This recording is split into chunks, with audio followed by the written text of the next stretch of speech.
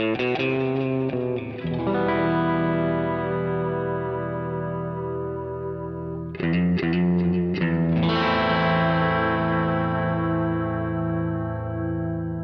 listening to Mark of the Maker.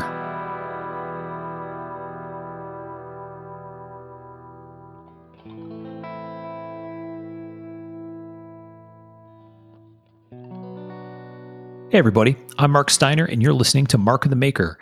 And this is episode 36 of Mark of the Maker.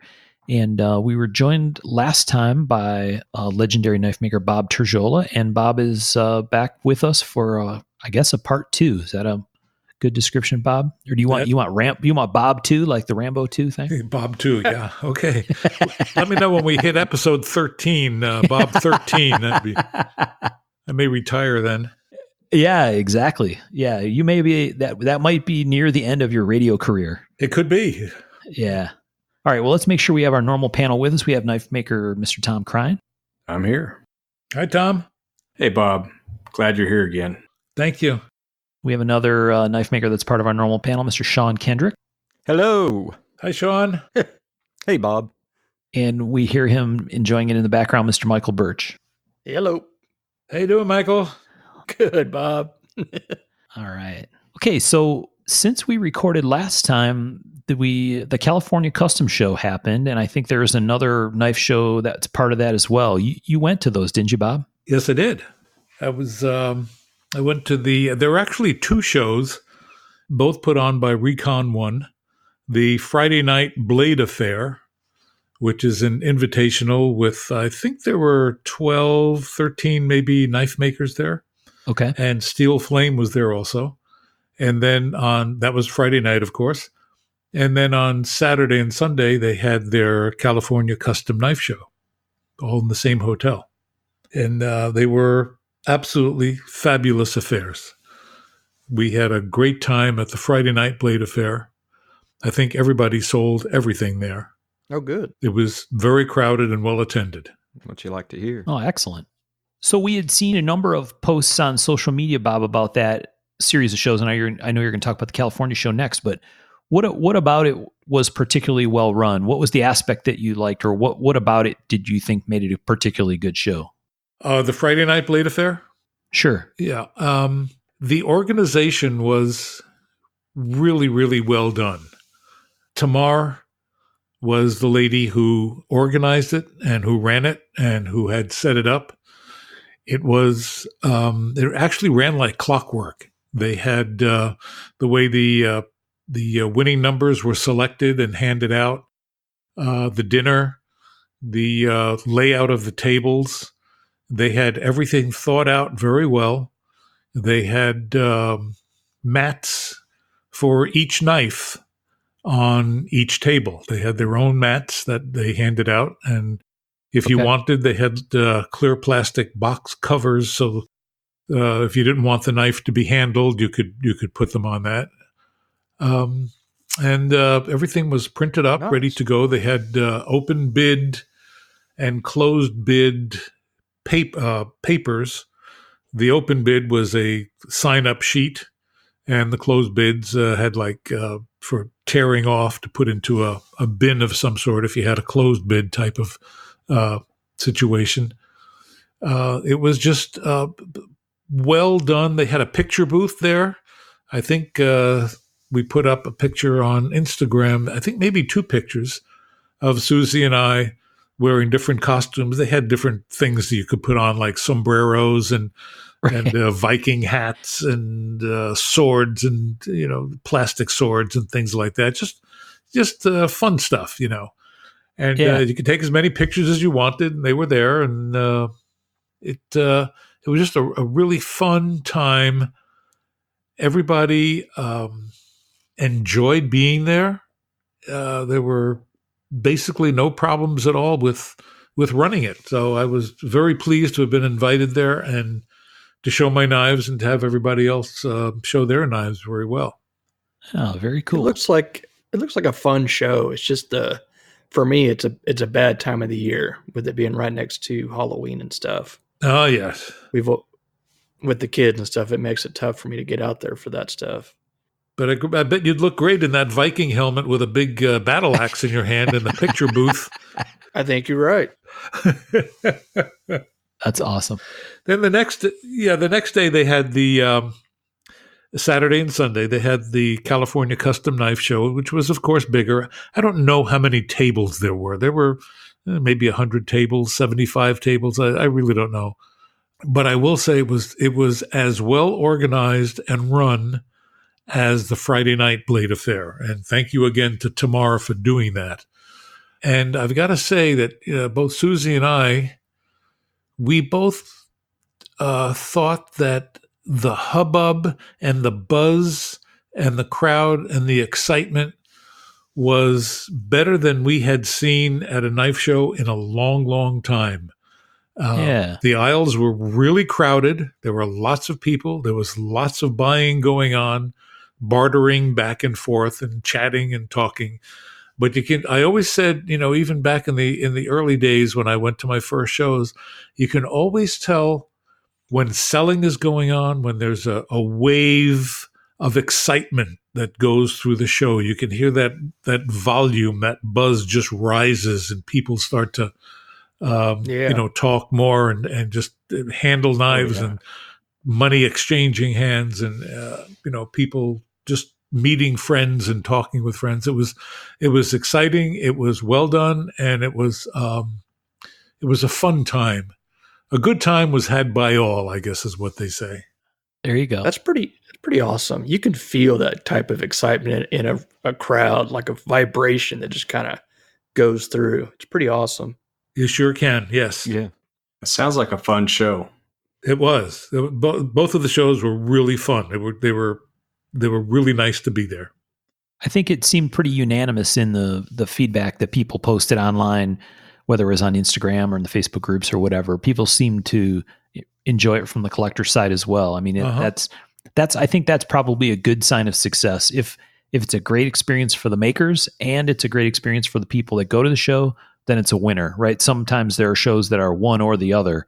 But if you can check both boxes, that seems to be a good report card. Well, I'll give you an example.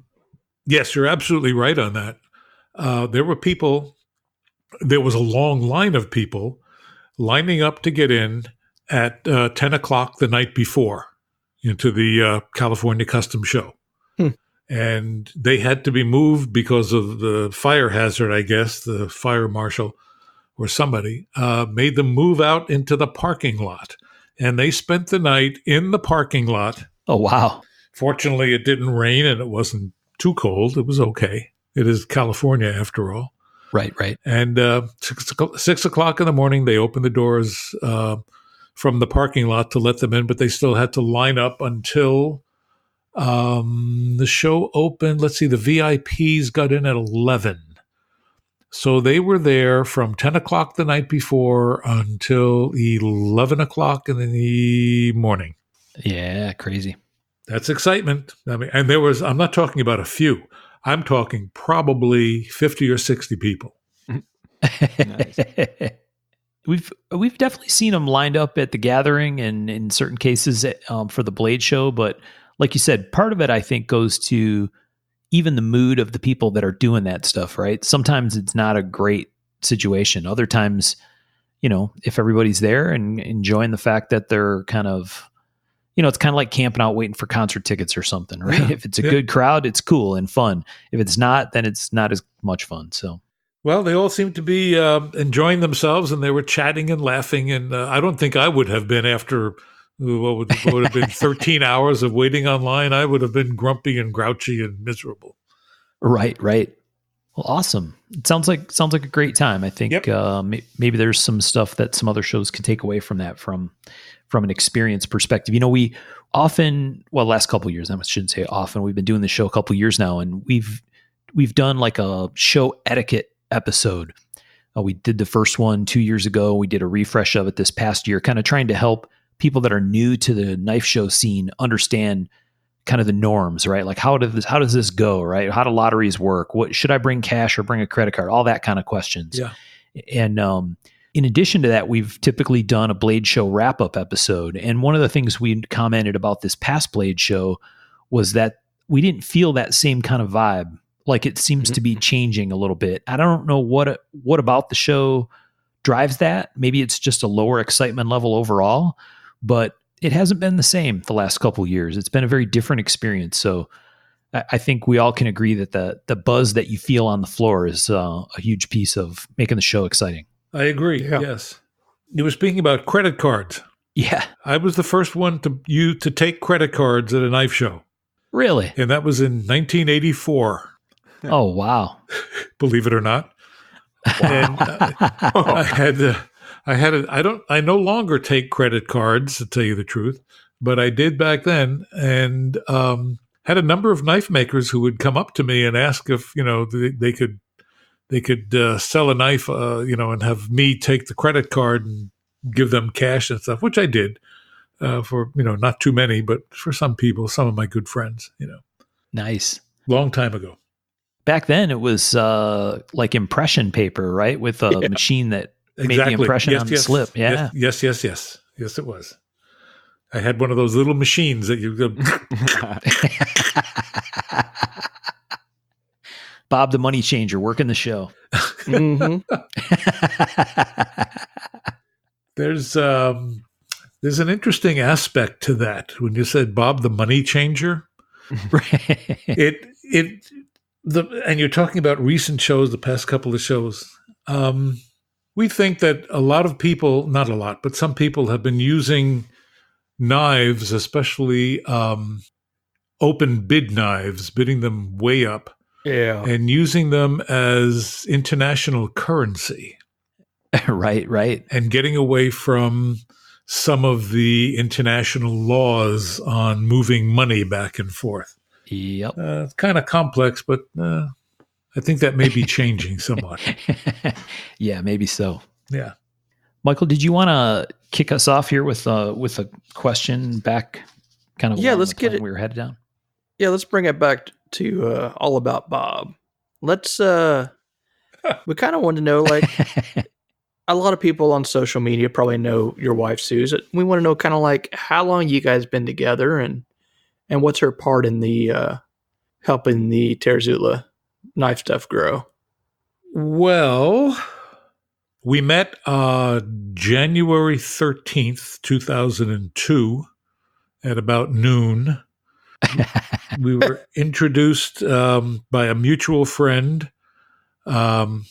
I think I mentioned him in the first part. My friend Danny, we had gone to college together, and then we went our own separate ways. And he's a miniature sculptor. He makes sculptures of small little animals. He's absolutely magnificent, fantastic sculptor. But Susie, who had moved to New Mexico from Chicago, was working with him making some bases. I think I mentioned that the last time, so I won't elaborate on it. Making some bases, ebony bases for these sculptures. And he had a girlfriend at the time, and I met her. And Danny said to Susie, and Lisa, his girlfriend, said, there's this guy that you really ought to meet. You two are, really close together in many ways, talented. Susie's an artist in her own right. She's a master printmaker and a master gardener. And her prints are absolutely fabulous. I've always loved her artwork. Oh, yeah. And so we had lunch, and it's kind of a long story. I won't go into too much detail, but she's been really important in my business and in running, actually improving my business a whole lot. And she got me into social media, so a while back with the USN, and to quote Tsar Peter the Great, I was dragged kicking and screaming into the 20th century. And she got me into USN. I had my own, what would you call it? My own forum. Subforum. I had a forum Yep. for a while there. And then Instagram came along, and she's been on Facebook and got me on Facebook. And absolutely instrumental in helping me with social media, because I'm pretty socially inept in many ways.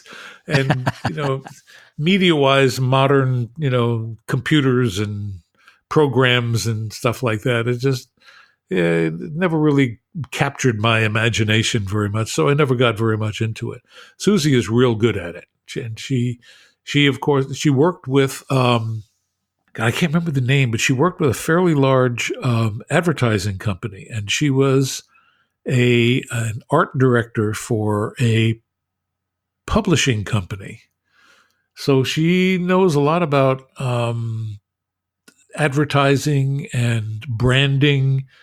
I had never even heard of that name, the word branding, except for, cows. And so she knows a great deal about that and how to put a brand out there. And she's also been very instrumental in, I won't say critiquing many of my designs or some of my designs, and really helping me improve shapes and materials. She's very good at combining materials, and sometimes she'll walk into the shop and say, "Oh no, those two won't go together." And I usually take her advice, and it seems to have worked out very well. I depend on her a great deal.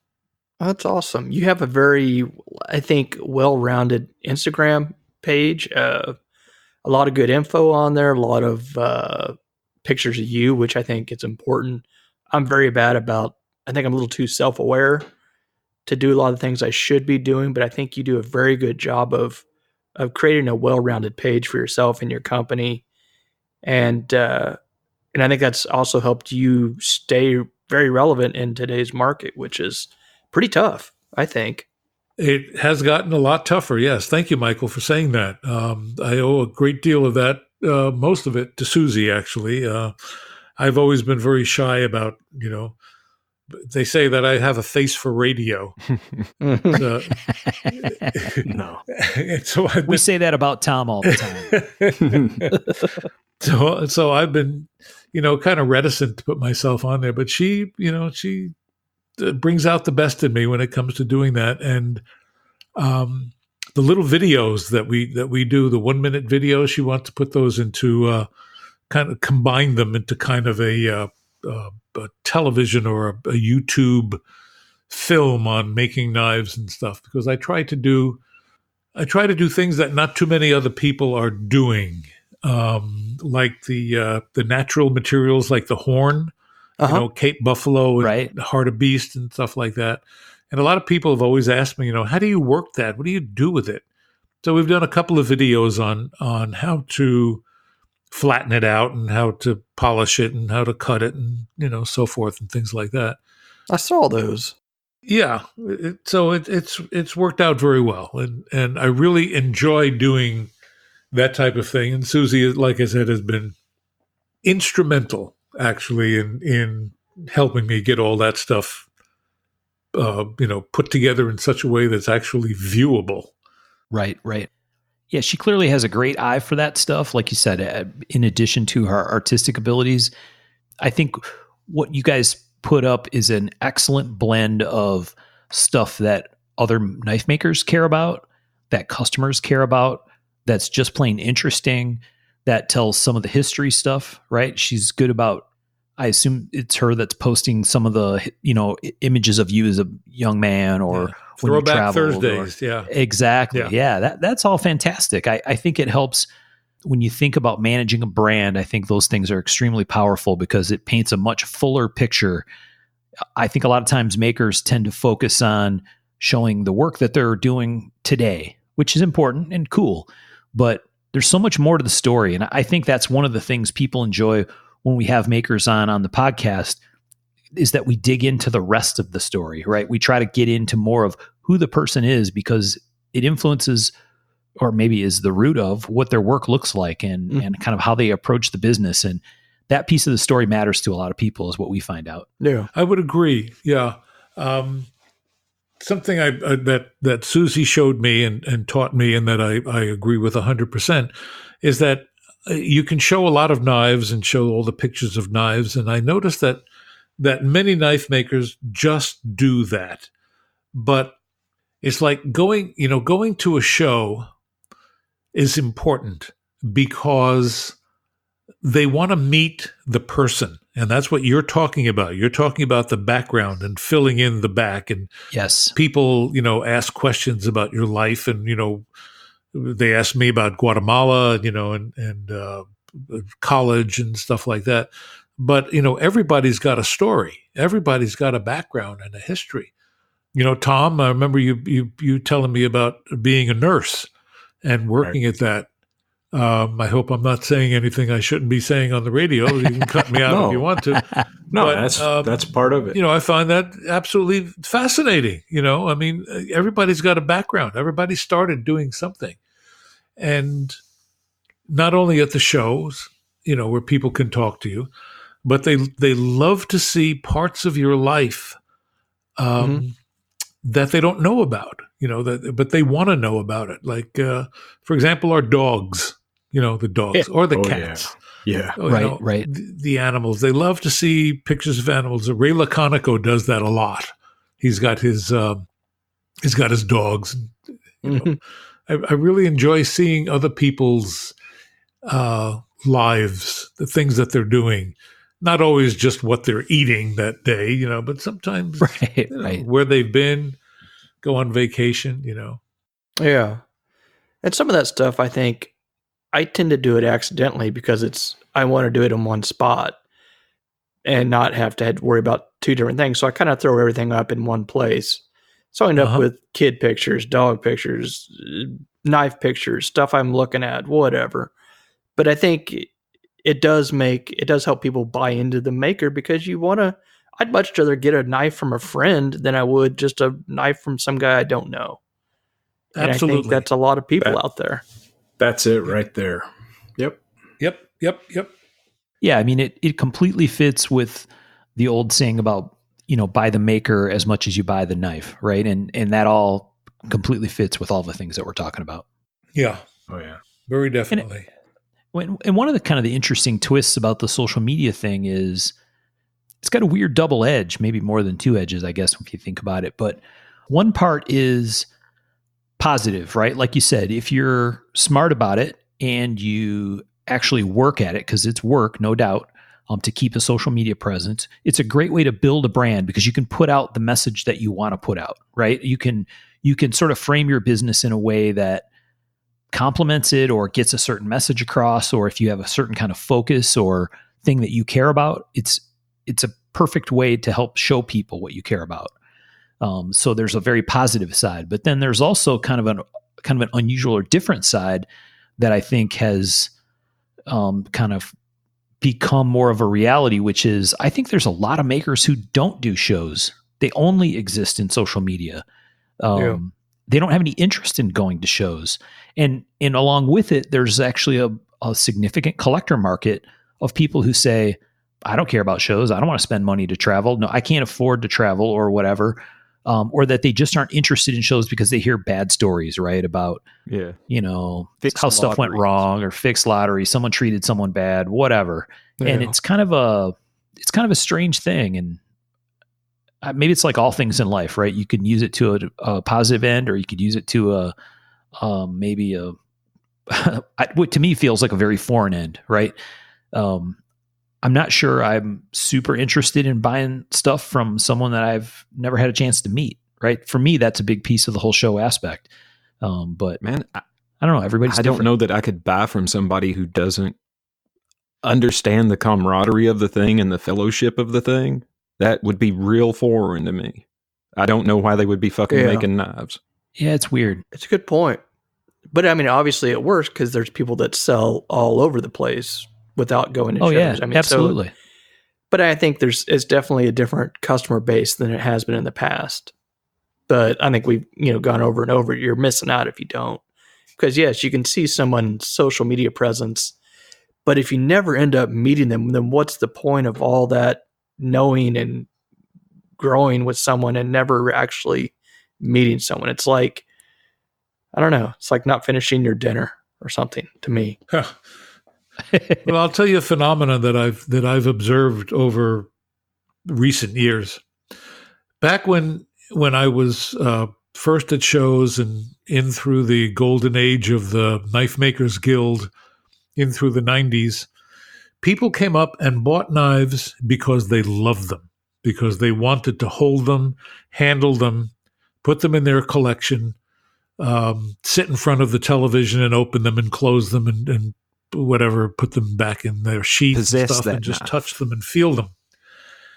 And I really believe that with the advent of a lot of CNC machinery and a lot of mass production, even in the garage of many knife makers, that many of the knives today have become a commodity. They haven't become an object of affection, of craftsmanship that people admire and look at. So many collectors, not so many, maybe I shouldn't say so many, but a number of collectors that I know of are not collectors. What they are traders. And that's a trade, people who trade. They're looking for how much up there is on a knife. And that's a term I just learned not long ago. What is the up on that knife? What do you mean up?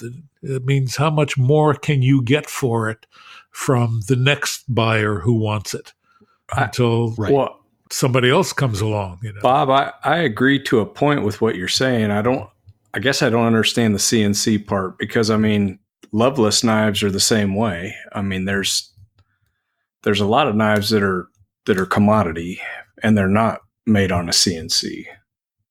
I would agree. Yes, that's true. The reason I use CNC is because I've always said, when I say CNC, I'm talking about like a Haas mill or something like that, is that the great advantage of a CNC mill is that you can make 100 of the same knives. The disadvantage of a CNC mill is that you have to make 100 of the same knives. Otherwise, you're not paying off that machine. You're not using it the way that machine was meant to be used. A CNC machine is a high production machine intended to make many of the same things.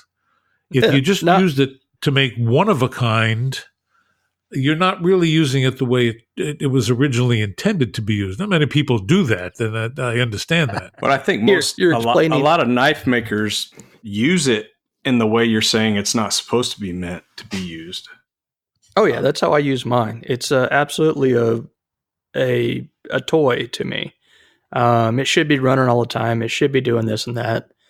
But that's not where I want to be right now. At some point, I would like to, be able to produce a bunch of pieces on it and get the money out of it. But at the same time, it's a tool to me, just a tool, expensive tool.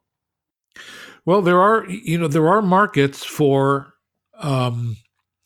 It's incredible how big the market is for knives. Right. You have no idea. We look at the kind of knives that are being made, and we look at the knives that are being brought in. Not only the cheap knives, but the knives being brought in from China and from Italy and from Germany and Japan. The volume of knives, but who knows where they're going? Yeah. It's like a bottomless pit somehow. Yeah. Frank Senefanti once told me that his dad was the production manager of the Imperial Knife Company. I think it was in Rhode Island, he said. And he said at one point they were making 25,000 knives a day. Ooh. Wow. Little, not very great knives and everything, I said, who bought those things? He said, well, they went all over the country. They went, every hardware store was selling them. Yeah, exactly. And people would lose them and they'd buy another one for $1.25 or whatever it was in those days. Mm-hmm. But there are lots of knives being sold, and there's a place for all of the different kinds of knives that are being made. There are people who are buying them. I'm talking principally about the kind of knives that I make and that you guys make, the custom, handmade, well put together, quite often one of a kind type of knives. And I've seen the marketplace change, as I said before, from people who just buy them because they love them to people who buy them to figure out how much money they can make on selling them to the next person. And sometimes in the same show, and sometimes in the same hour. Oh yeah. Yeah, Right. That's been going on for I don't know how long. That built the whole tactical EDC market. I mean, that's what created this huge market that we have now. So it's kind of hard. We can't really dismiss it, or we can't say it's a bad thing, but it's also what helped grow it. It's a kind of a catch-22 with this market we have, and kind of what I wouldn't say killed the art market, but what moved a lot of collectors from there into what we have now, for better or worse, I guess. Well, I think yes, I agree with you, and I'm not putting a judgment on it, saying it's good or bad. I'm just saying that this is an observation that I've been making. Oh yeah. And I agree with you about the art market. I think in some cases, I think prices have gone so far away from where most people can afford them that the number of people who are able to buy some of the art market knives is diminishing. It's the pricing pyramid. The higher up you go, the fewer people you have inhabiting it. Right. Well, I just want to go on record also, Bob. You don't need a CNC to make 100 knives of the same one, because I've done that for years and years. It's not as much fun, but yeah. I know that's how we all started out, making a lot of knives. When I did the ATCF and the model, the first model and so forth, back in the 80s. Yeah. I was desperate trying to find a way to make more of the same knives the same way. Oh yeah. In fact, I was the first one to have my parts laser cut. It was a company in Arizona when I was living in Santa Fe back in 80. I guess it was 86, may have been 85. Cutting out titanium parts for me. I remember going there. We didn't have very much money at all at that time. We didn't have enough money to go to the movies on dollar night. And I scraped some money together and went out to Arizona. I brought a piece of titanium with me and met these people at a company called Lindale, and trying to figure out how much it was going to cost. And was it going to cost more to have him put the holes in for the screws, or should I just have him do the profile? And then I'll, put and Lynn, the guy, one of the owners, he sat me down. He said, "Son, let me tell you something. The only way you're going to make money at this business is if you let us do what we do best and you do what you do best." There you go. He said, "It's going to cost maybe a couple of dollars or a couple of pennies more to put, the 3 holes in and your pivot hole and stuff like that." He said, "But just think of the amount of time you'll save and the repeatability of being able to have the same part for that knife." And he was absolutely right. And I never, ever forgot that lesson. Let them do what they do best, and I'll do what I do best. Well, how did that go over when it came to, with perceptions of this handmade? Because this is this idea that we fight with, and we go over and over about what is handmade. You get some guy that's using a grinder that's like, the guy that's making knives with a file is like, well, he's cheating. And the guy that, there's this level of what is handmade. How did the laser cutting go over with people like in the guilds at that time, or how did that go over? Well, I'll tell you, I had, I don't know how many I had made, maybe 10 knives. And I brought them to the guild show, and I had one knife that was all in pieces. I just put the parts on the table. And it was the first time I ever introduced, the first time laser cut parts were ever introduced at any show at any time was that guild show. And I think it was the first show I'm sorry, I just can't remember when it was, but it was, 85, 86, something like that. Anyway, I put them on the table, and they went over fabulously. I had people, I was drawing people, they would bring their friends over and they'd pick the parts up, because you got to remember, at that time, I was making the handles out of titanium. Nobody else except Michael Walker was using titanium to any degree, you know. And it's a space age exotic material. It's got this mystique around it, you know. And then the parts were being cut by laser. Can you imagine that? Laser. Oh, yeah. What is a laser? Who ever heard of a laser, you know? Except people who had seen Goldfinger, you know, Yeah. and the laser. Right. Remember that scene? Oh, yeah. Yep. So it wasn't so much backlash from, because it seems like in today's markets, in today's community, you get more backlash from other makers, it almost seems like, than you do customers that may care about whether something's water jet cut or if someone uses a grinding jig. You see these hashtags of freehand or something like that, like it's a point of pride, I guess, or a selling point. And sometimes I just shake my head and I'm just like, what does it matter? You know what I mean?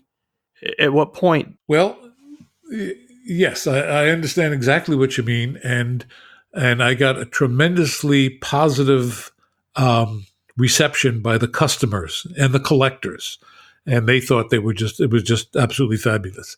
Yeah. Over a period of time, a couple of years, when I would be bringing, I was able to bring like maybe 30 or 35 knives to a show.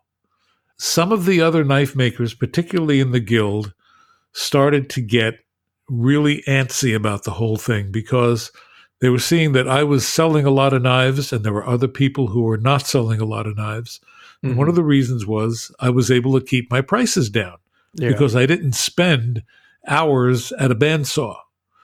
And, you know, my customers and to other knife makers, I would say there's absolutely no glory in making titanium and steel dust to fall on the floor at a bandsaw.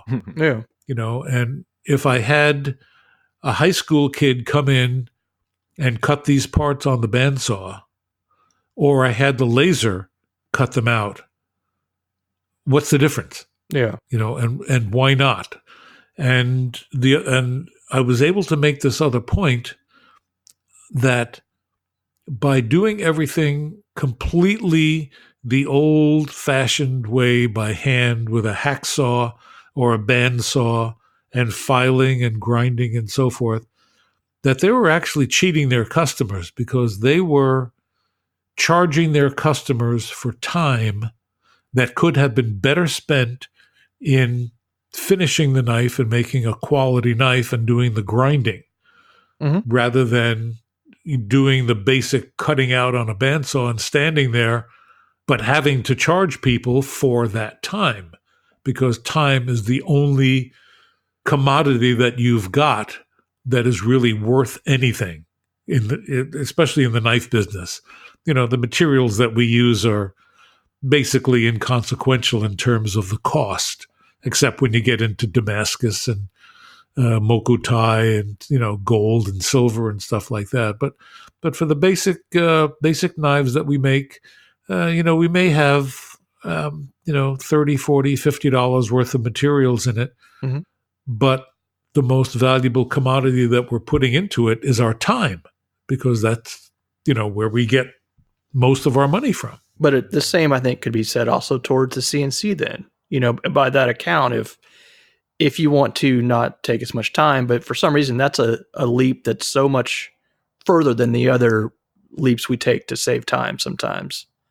I don't know. It's definitely a very contentious, and it's a strange time we're in right now, where people are back and forth on this idea. Well, it's become relatively commonplace. But if you were to look back in the early 2000s, the late 90s, early 2000s, somewhere around there, that's basically one of the reasons why I had to leave the guild. I mean, I was getting a lot of, in many ways, some vicious comments. Well, about it. Yeah. And they were directed at, an individual, me, and maybe one or two others. But this seems to still go it's on. become more accepted. Well, we have I'm this. sorry? No, we have the same idea now that went on then, that makers have sometimes, that they think, oh, I'm not making money because it's someone else's fault. Like the people that look to you with your 30 or 40 knives and they're like, well, you're taking money away from me because you're cheaper. No, you need to change what you're doing. It's not Bob's fault that you're not making money. It's your fault. And we still have that issue today with some people, that they like to blame someone else for you not making your money. Michael, do you know how many times I tried to convince people of exactly what you just said? Yeah. Exactly what you just said. Precisely. I said, there's only one criteria for a successful knife maker, and that's the marketplace. Yeah. If people buy what you're making, then you're successful. Exactly. And that's it. Right. Doesn't matter how you do it. Doesn't matter where you do it. It even doesn't matter how good they are. The knives that you make. I could look at another maker's knife and say, well, this is off a little. This doesn't work a little. It's a little grindy when you open it. There's scratches on the blade. Whatever you could critique, you come up with. But I'm not the buyer. Yep. The only person that's important in this business is the buyer, the customer. And it could be a collector, or it could be a purveyor. Whoever it is, they have to deal with their appreciation of that knife. That's all. There's nothing. There's really no other criteria. It's the marketplace. Look at the marketplace. Yep. Well, and that's a podcast. Thanks for tuning in, folks. Have we? Did we settle that? Okay. No, you're 100% right. Yeah, and I mean that's what's kind of strange, and that's like when we were talking about the social media thing and about how kind of it takes on a life of its own sometimes.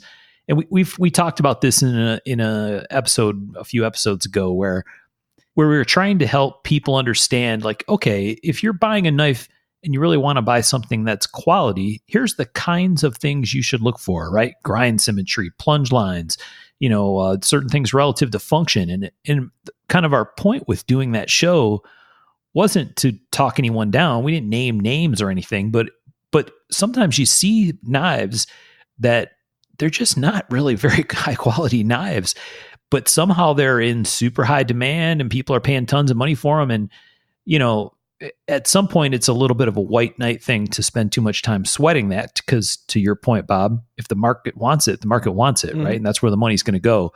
But at the same time, you have to scratch your head a little and think, is it because people don't understand what to look for, and what they really want is a thing to be able to post on their social media page because it gets lots of attention or likes on Instagram or whatever, right? Is that maybe that's really the end game, right? Isn't I'm going to go buy this knife because A, I like the maker, or B, it's just a beautiful and fantastic knife. But there's other value to people, I think, certainly in this whole heavy social media scene that we're in. That's the magic word. You just said the magic word, value. What is the value of that knife? And I got into a discussion with a show promoter who shall remain nameless, and it got, I wouldn't say heated, but it got kind of loud. we were talking with a big group of people also about the pricing of knives. And he was telling me that, some people price their knives too much and some people don't price their knives enough. And I asked him, I said, well, who determines the price of a knife? And he said, well, it's the maker. I said, no, it's not. It's the buyer. If I can put a price on my knife, and if nobody buys it, I put the wrong price on there. Exactly. It's the people who are looking at that knife as a piece of value. And it's so hard sometimes to get people to understand this, that what we do as knife makers is we don't we create knives. Yes, that's true. But what we're creating is value. We take a certain amount of material, we put our time into it, and the end product is more valuable than what we put into it altogether. Like I said before, time is the most important part of that equation, but it's still only a part. And you can get whatever price you want out of it as long as people perceive that there's value in what you're offering. Exactly. Yep. Yeah, that's why Apple can get $1,500 for an iPhone, right? Is not because it's cost $1,500 to make or whatever, right? It's a tiny fraction of that, but there's a brand, right, and desirability, and to people of value. And I've had that same attempt to have a conversation many times, Bob, with people where, especially around the whole secondary market thing, right, where people are like, "Oh, so and so's ripping me off," or "So and so's a ripoff artist." I'm like, well, did they get their asking price? Because if they did, then the amount that someone paid is exactly what that particular piece was worth from a value perspective at the point of the transaction, period. I would almost rather talk politics than try to explain the secondary to people again. It does not, people just do not understand it, or some people don't. And it's just crazy. Yeah. It's just basic economics. It's economics 101, and we're in so its purest lacking form. in that. But I've got let me ask a question to Mark as a collector, and Michael and Sean and Tom also as makers and so forth. People buy these knives. Let's say a relatively expensive knife, and then they turn around, hand it over their shoulder, and they get an increased price. And then that person turns around and gets another price, and that price keeps going up and up and up. Where does it stop? Where does the musical chair stop that somebody has bought a knife thinking that they can resell it at a profit, and then all of a sudden they have reached the maximum perceived value of that knife? Right. How does that stop? Do people run into that problem? Absolutely. I think that's, you'll hear people talk about how there's been a significant correction in the last few years or couple years in the secondary market side of things. And I think that's exactly what caused that correction, is it topped out. Right. And as soon as, and that's how you weed out people that buy knives because they love knives as compared to people who buy knives to flip them or as speculators or, to turn them over, is if you buy a knife and you don't really care what it's worth, then clearly you're not a speculator, right? Or you're the world's worst speculator, right? You're not doing it right as a speculator. But I think what we saw happen was the market expanded faster than the capacity of the market, right? So there were way more buyers than there were makers to be able to provide product, which, to your point, Bob, in pure economic sense, drives the secondary market crazy. So that's the big boom we saw. And that time frame was what? Probably all the way from 2009 to 13, 14, maybe, somewhere in there. And so we saw the secondary explode. And that's where you saw that train of growth, right? Like a knife would sell. And then because it was even more in demand, because people posted pictures and talked about it and showed it off, they could turn around and sell it again, maybe for an increased amount. And eventually it created this situation where, as people came into the market from a collector perspective, they never saw, it didn't seem possible to buy a knife and lose money on it, right? If you were buying desirable pieces, they were always worth at least what you paid, if not more. And so there were people that were buying as a result way over their head sometimes, right? They were spending more money than they probably really had a right to in their personal financial situation in some cases. And, eventually hit the spot where the bubble bursts and the capacity is there and the buyers aren't willing to pay the money anymore. Then suddenly a person's sitting on a knife that they paid $5,000 for on the secondary that they can't get $3,500 for. That's a very quick way to drive that buyer out of the market, in my opinion. Because especially if they're accustomed to making money on knives, right? So we've seen a correction like that happen. We've seen a bunch of the secondary values tumble significantly on lots and lots and lots of makers' knives. So I mean, to me, that's where the thing starts to kind of correct itself. And we've been through a bunch of that. What's going to be interesting is seeing where it goes from here. And that's a crystal ball thing, I think, but I don't know where it goes from there. Neither do I. I think sometimes what bothers me sometimes when it goes two or three, it goes to two or three different collectors before it ends up at its final home is sometimes I wish that person didn't have to get a used knife. That's what bothers me sometimes, because sometimes it's just that knife's journey to get to its final place. And unfortunately, that person has to pay a few more times to weed out the people that didn't really want it. But I hate that person gets this knife that's been handled 2 or 3 different times. But I'm not quite ever sure how to get that to that person to begin with. So just part of, once again, the market. Right. Yeah. Michael, I agree with you. And listen to what you just said.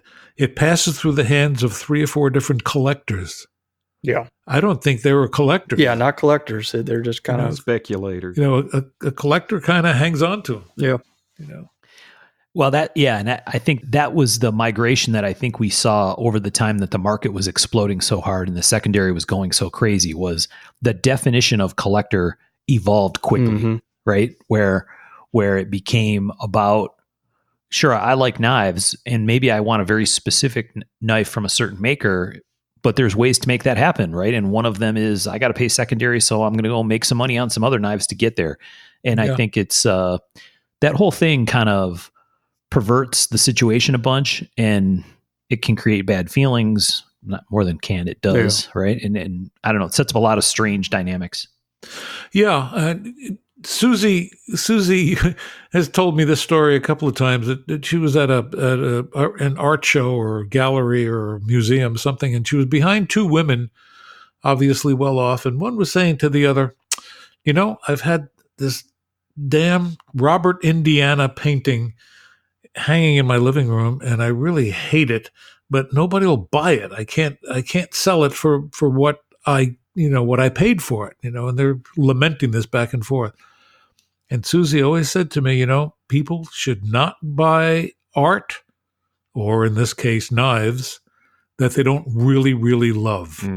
Something that you're willing to look at and handle and have as part of your life, because otherwise you're gonna get soured on the whole market. Mm-hmm. Exactly. Yeah, I've had. In fact, I wrote this in a USN post once on this whole topic about the secondary market. Sometimes people would ask me, I get this even to this day a lot, right? Someone will say, "Hey, Mark, I'm looking at this knife. I'm thinking about buying it. What should I pay for it?" And my answer always is, pay whatever you're willing to pay to take it to the grave. Yeah. Right? Because buy it to love it, right? Because don't buy it to flip, because that, it's just like buying stock. It moves around, things change, situations evolve.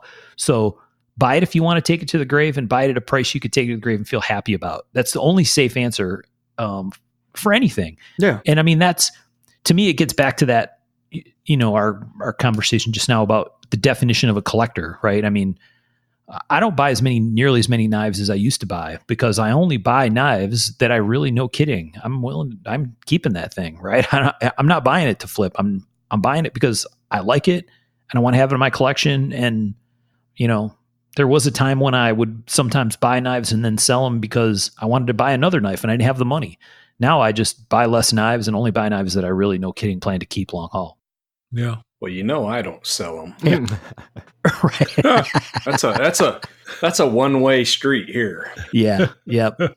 We always tease Tom that because he talks about knives and axes and hatchets and tomahawks and swords and all kinds of crazy stuff that he has, sometimes many multiples of them of a given example. And so we kind of joke that he sits at Crine Manor on a throne of steel.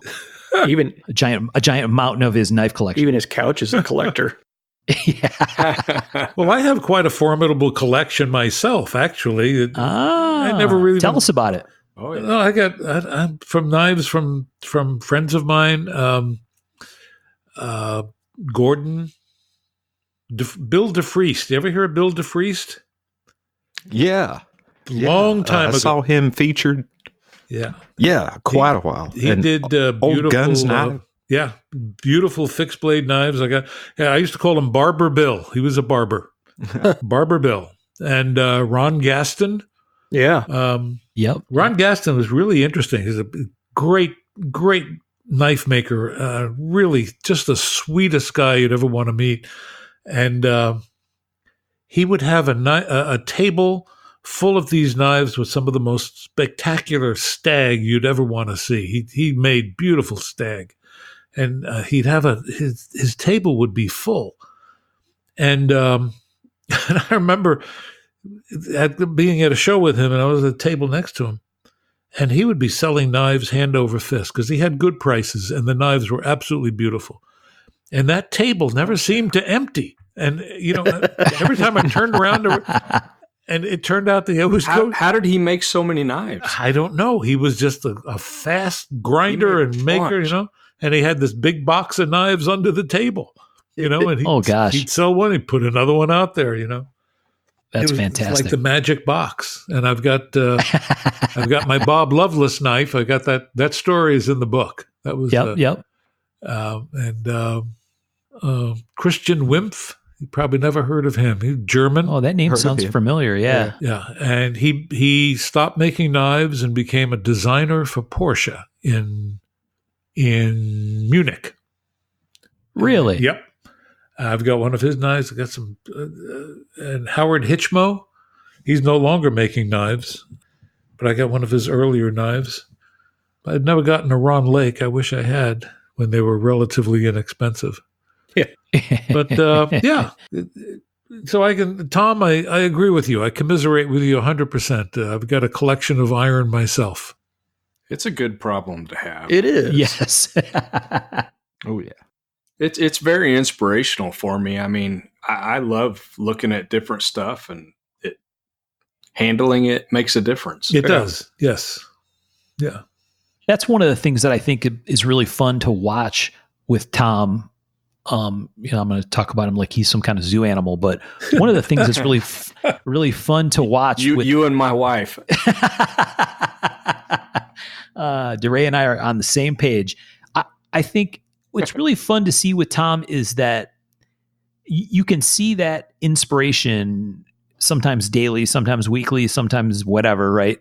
You can see him find it and then do something with it. I think that's fascinating and fun, right? It's super cool because he'll get off on a tangent, and I don't know if this is an awesome business thing or not, but certainly from an enthusiasm perspective, I think it's really, really enjoyable to see because it's like, look at that. Tom's doing something cool and he loves it. And that's fun, right? I think that's great. Yeah.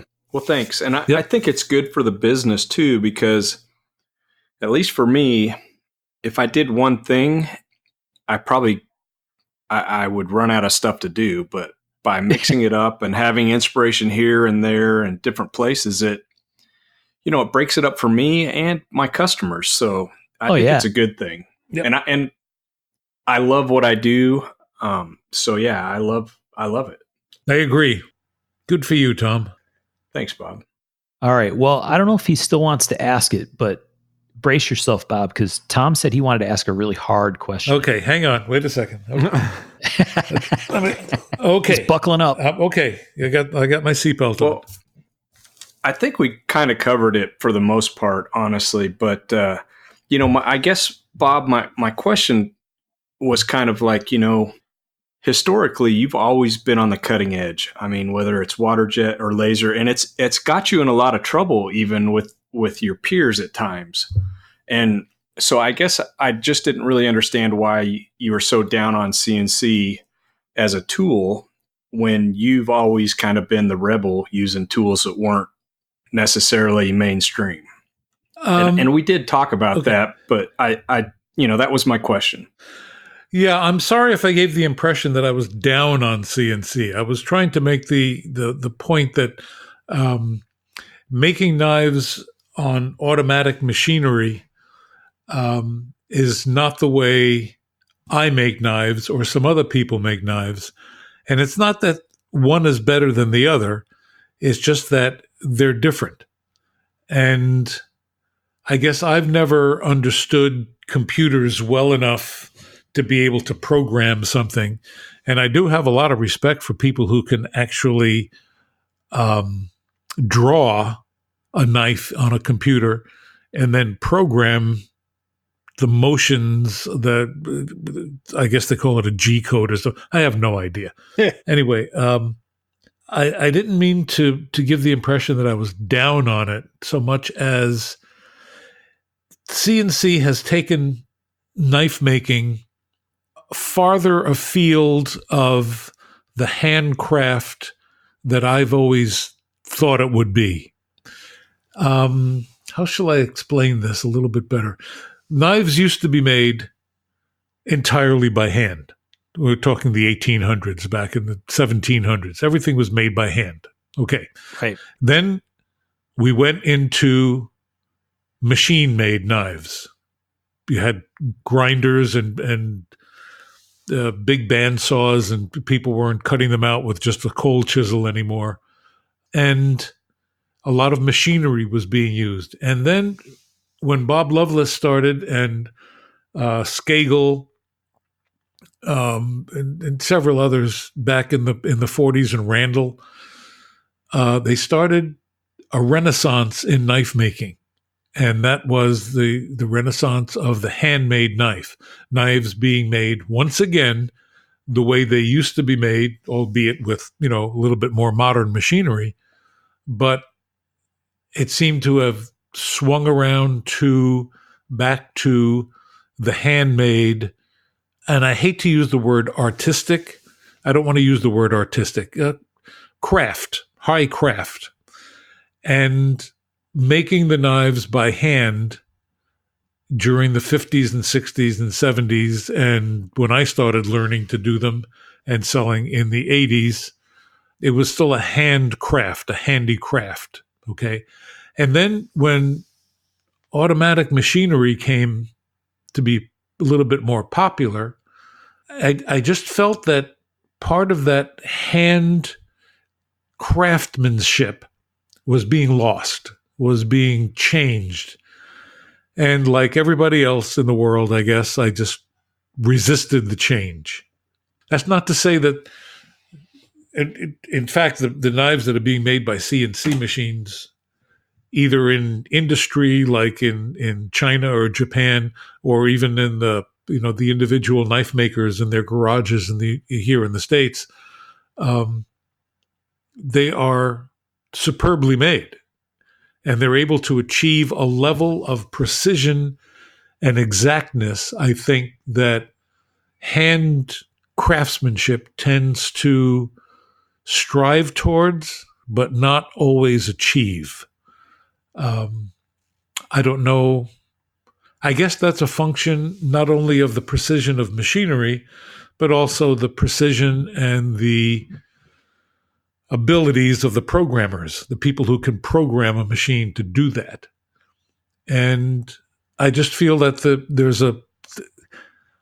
I hate to say this, I'm afraid that we're with guys like me, my age, dying out or retiring or moving on to other things, that a lot of the hand craftsmanship appears to be making way towards more machine made. And that just, I guess Bob, that's evolution, Well, and I guess it all depends on what you're doing with your CNC. As far as me, I'm using them for parts. It's not a finished knife. I still put hours and hours of handcraft into those parts. And to me, it's very similar to the precision you get from water jet or laser cut parts that are, those machines are computer controlled too. So really those are CNC machines also. That's absolutely true. And I don't want you to think that this is a criticism that I'm putting out there. It's my being a dinosaur. Okay. It's my being the megalodon. It's just finding it a little bit hard to adjust to the new world. I'm the Neanderthal and Cro-Magnon is taking over. And I'm just afraid that a lot of the craftsmanship is going to be the hand craftsmanship. I'm afraid that as it progresses with high quality machinery, and now with things like 3D printing and 3D metal printing and additive type machining and stuff like that, and robots, that I just see. And do you remember the story I told about the machine shop in the first episode? Yep. That had been in school at NYU that had been turned into a ballet studio. Right. And I just feel that I kind of lament the passing of an age. I can see that. And I may be wrong, and I hope I'm wrong, but it tells on me, and I'm just not flexible enough to be totally accepting. And it's strange, since I was the first one to use lasers and one of the first to use water jet, and not my own, of course. Right. But to take advantage of that, computer controlled machinery, and I think of that when I'm in my shop and I look at the Bergmaster turret drill presses. Yep. Okay. And that's what they had before the computers came in. Right. They're still running, just like I'm still running. Who knows when they'll stop running, but it's just. Well, I'll tell you, I wish they came off a little more finished, because I stood at my grinder for about 14 hours today. So, tell you what, Bob, I think you lament the loss of some of the handmade, but I don't think it's going anywhere. And like you mentioned before, the market is the only thing that can tell us, if they're any good or not, because there's still going to be people that desire a completely handmade. And once again, that's absolutely subjective when we go, what is handmade? It's like Carl Sagan said, what, if you want to make an apple pie by scratch, you got to go back and create the universe. It's very subjective, but I think there's people that still want that piece of the maker in it. And I think you also see that with some of the machine pieces. You see someone's fingerprint, just like you see it with how somebody hand does contours a handle or whatever. But it's a different version of it in some of these knives. And this is from me, that I have a CNC, but I also have a pantograph. I also have a Bergmaster. I have all those tools because I want to use everything that I have. And I think the same reason that you were looking or lamenting some of the loss of stuff is the same reason that I bought a CNC, is thinking, I don't want to be lost behind or feel like I'm left behind in wherever this knife making world is going. And I want to be prepared for anything that comes. So I bought one and forced myself to try to learn that stuff, the drawing and the G-code stuff, and half the stuff I still don't understand, but it's definitely different these days for sure. Well, I'm glad to hear you say that. It actually cheers me up, believe me. I spend all, the day in my shop, and I don't get out very much. And like Susie says, I'm not a very social animal, but it's good to hear you, say that. And I do feel cheered up. Good. That's good. I disagree with Susie on you being a social animal. Don't tell that to Susie. You'll hear chapter and verse.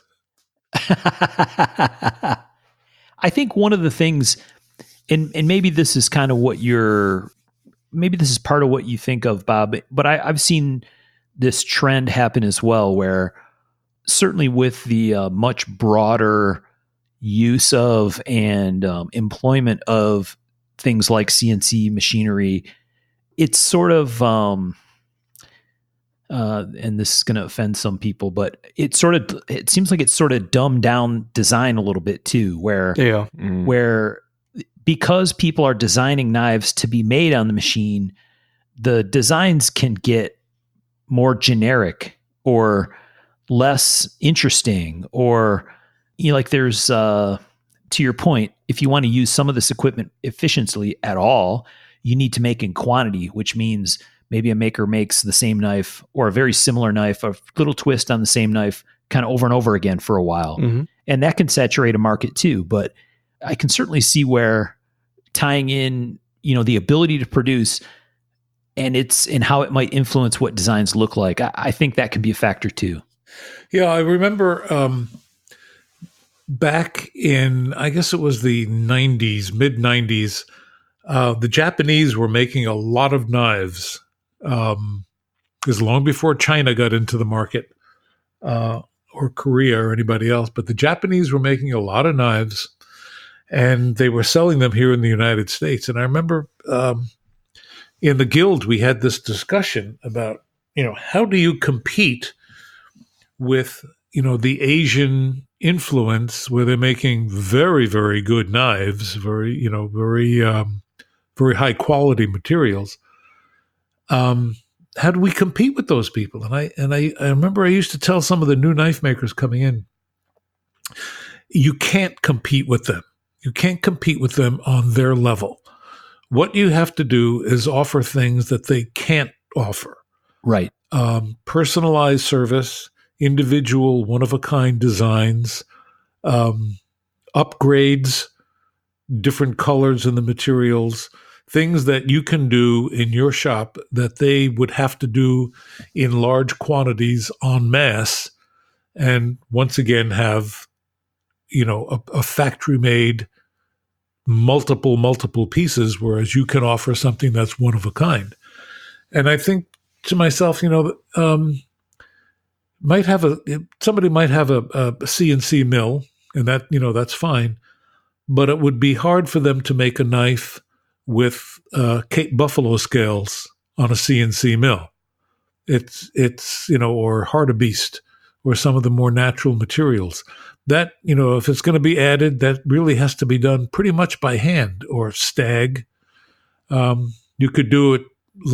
Speaking to the comment you just made, Mark, about making generic designs, there's also kind of generic materials that are well suited to working with CNC. If you have, a Right. piece of micarta or carbon fiber, or G10 that are, standard thickness or standard, 12 inch by 12 inch or 24, whatever it is, that you can work with, as opposed to something that will only fit on one knife, like a set of stag or mammoth ivory or something like that. It would be hard to do that on a CNC machine. Now, I don't know CNCs or computer work enough to say that definitively, but I would kind of guess that it would be more of a handmade part of the project rather than the machine made. Yeah. Yeah. I think it's, I think this is just my observation anyway. When, like, I'm a guy from industry, right? I'm from the car business. So, we do things in very high volume, at a very high level of precision. And so it's a business that leverages the kind of technology that CNC machines can offer, right? High volume and high precision at the same time. Yeah, when you're not on strike. Fortunately, we're back, thank goodness. Yep. But like in Michael's case, he's kind of an interesting twist, right? Where we joke around that he's the worst knife maker business person, right? Or whatever. Correct. But Oh, no, I would debate you on that. Oh yeah, Sean wants to vie for the title. I could tell you stories about some really bad business people. But like in Michael's case, he's got this CNC machine, but his initial objective is not, I'm going to make 100 of the same knife, right? He wants to be able to use the technology to do things that he doesn't have the capability to do on his own, on a Bridgeport or by hand, or, you know what I mean? Like venting patterns that overlay in 2 different dimensions, or all kinds of crazy stuff. So it's a terrible use of the commercial capability of a CNC from a volume perspective, right? It's not what, like you said earlier, it's not what that sheet machine was designed to do, right? That thing's designed to knock out, 6,500 widgets a day. But it is something that gives him a tool that he otherwise wouldn't have the capability to be able to exercise. And so you could argue whether that's a great business case or not. It's probably not, right? Because the machine's very expensive, but it also offers a dimension that fits very well with what you described, Bob, which is using it to make art. And that's kind of maybe a middle ground. Yes, I agree, and I've always admired Michael's work and the way he uses that machine. The same as Richard Rogers. Richard Rogers Yes. does the same type of thing, using to do special patterns and things like that. And I've always liked Michael's designs, and really admired the way he uses that. He uses it as a tool. Thank you, Bob. It's another tool. Yes. Well, you're welcome. I wouldn't say that if I didn't really believe it. I have seen knife makers simply, turn out 100 of the same thing or 50 of the same thing, and that's a completely different use of the machine. Yep. So there's kind of the business, as you mentioned earlier, Bob, in the conversation, the business is huge nowadays, right? The market's very big, and there's room in the market for offshore production stuff, for domestic stuff, for handmade stuff. And so clearly one of the things that you and Suze have been working on over time is trying to help fill a broader scope across that range, right? With collaboration stuff with Drop and these different companies. You want to talk a little bit about that and kind of what got you over the hump to go do that? Because I know Michael's been thinking about doing some projects like that and some other things, right? So what drove you that way, and what's been your experience with that stuff so far? Generally speaking, my experience has been very good. Actually started out with a collaboration with Spyderco, and I think I mentioned that in the first episode, how we did the C-15 and then the C-19, and Benchmade Knife Company came out of that. And we had Spyderco and I had I can't remember how many, but several collaborations. They all worked out well. And I did some with Camillus. Oh yeah, and they worked out well also. There was a bayonet that we did that would have worked out well if Camillus had not gone bankrupt and folded their tents. And we're working, with Drop, formerly known as Mass Drop. Right. They did 1, 2, and the ATCF 3 knives. I think they're coming out with another one also. And I've had very good luck with them. They're pretty good people. They're a good marketing company. And working with We directly, which is the Chinese company. And I've got to say, it's a fabulous company to work with. They are really, really nice people, very talented. They make an absolutely wonderful product, very consistent, precise, and they can churn them out. And Joe, whose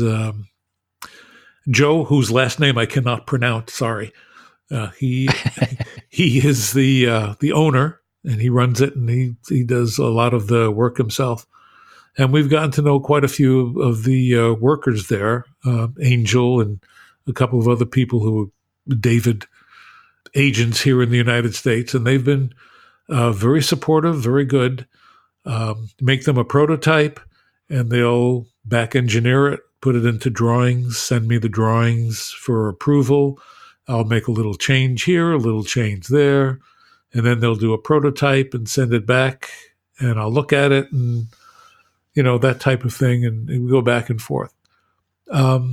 I've had a lot of really good success with collaborations. I enjoy doing them. That's with the companies, with production companies.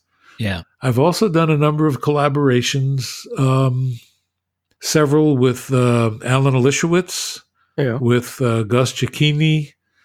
I did a couple with Steve Kelly, who from Tie Connectors. Mm-hmm. I can't remember. There's quite a few people that we've actually done. And Tashi Baruka, we've done 2 knives. Oh yeah. He's a great designer, and he's a good craftsman. Also, he did a lot of the work on the last one we did, which was the one that we sold mainly in France at the last French show. Oh yeah, okay. And it's he's a great designer.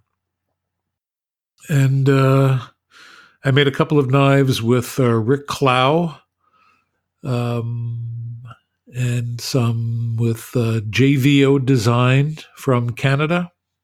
Okay. So I enjoy working with other. I've got a few more in the works. I enjoy doing that. It kind of allows you to not have to do all the parts of a knife and still come up with a really nice, nice, unique looking product.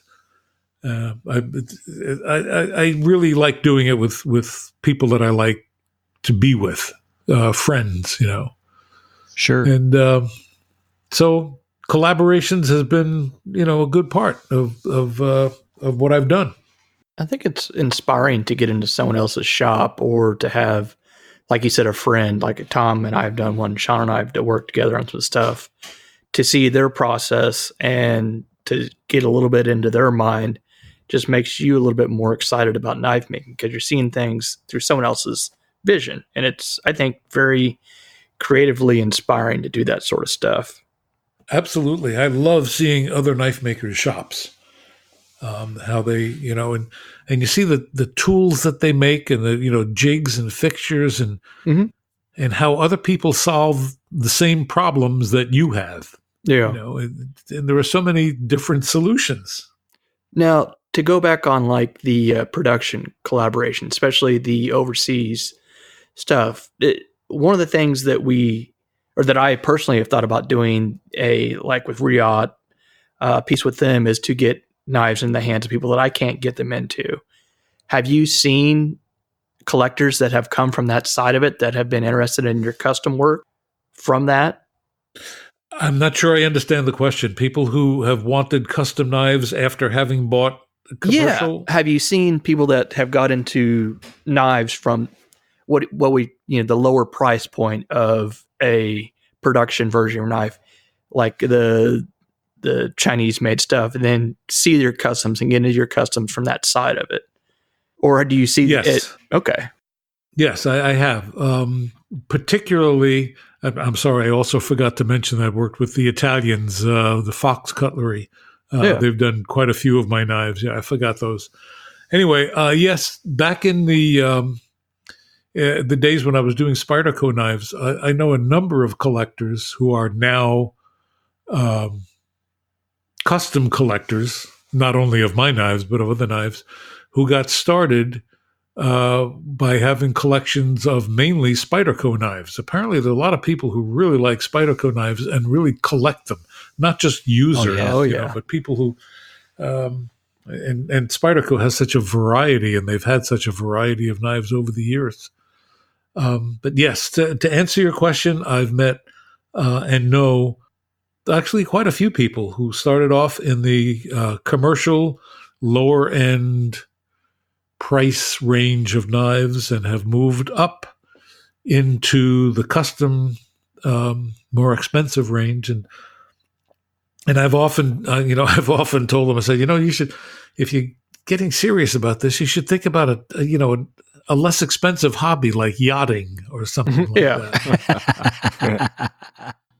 So, I mean, I think that's the perspective that Michael's looking at with this whole thing, because we've talked about it before, does it make sense to approach that kind of production collaboration project with an attempt or intent for it to be like a gateway thing, right? I'm going to get my name in the mouth of someone who is buying what's already actually quite expensive, right? A couple $100 knife.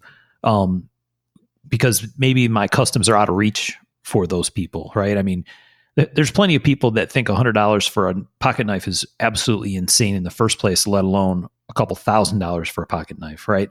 But if you can bring them into the market that way, then there's a good mileage to be had. Yeah, I understand what you're saying. I'm not going to agree that should be the motivation behind getting into a collaboration with a company. Okay. in the hopes that it'll expand your custom work. It may, and it may not. But I think the motivation should be, how do I say this without sounding stupid? I ask myself all the time. The motivation. The same question? Okay. Okay. I'm just going to say it. Before every sentence. No, I'm just going to say it. The motivation should be making money. There you go. That's what you're going in there to do, and hopefully get a good royalty from them.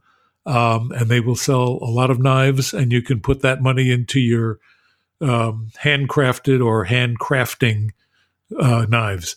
But it may foment some buyers who would want to be interested in sinking money into a custom knife, but I wouldn't use that as the main motivation behind doing it. Main motivation is just make some money. No, making money is definitely a big motivator for that. Yeah, but my philosophy basically is, like for example, if I was going to work with Michael, I do the design, you do the work, I'll collect the money. Right. That's my business model. That sounds like a pretty good one. Yeah, I'm in too.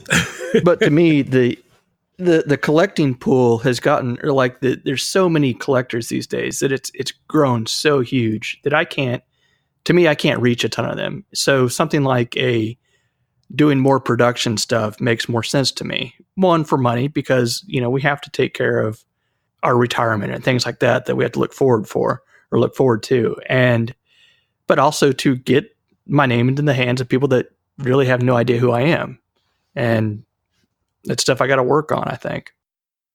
Well, I see social media as being really important in that, because there are so many people who are interested in that now.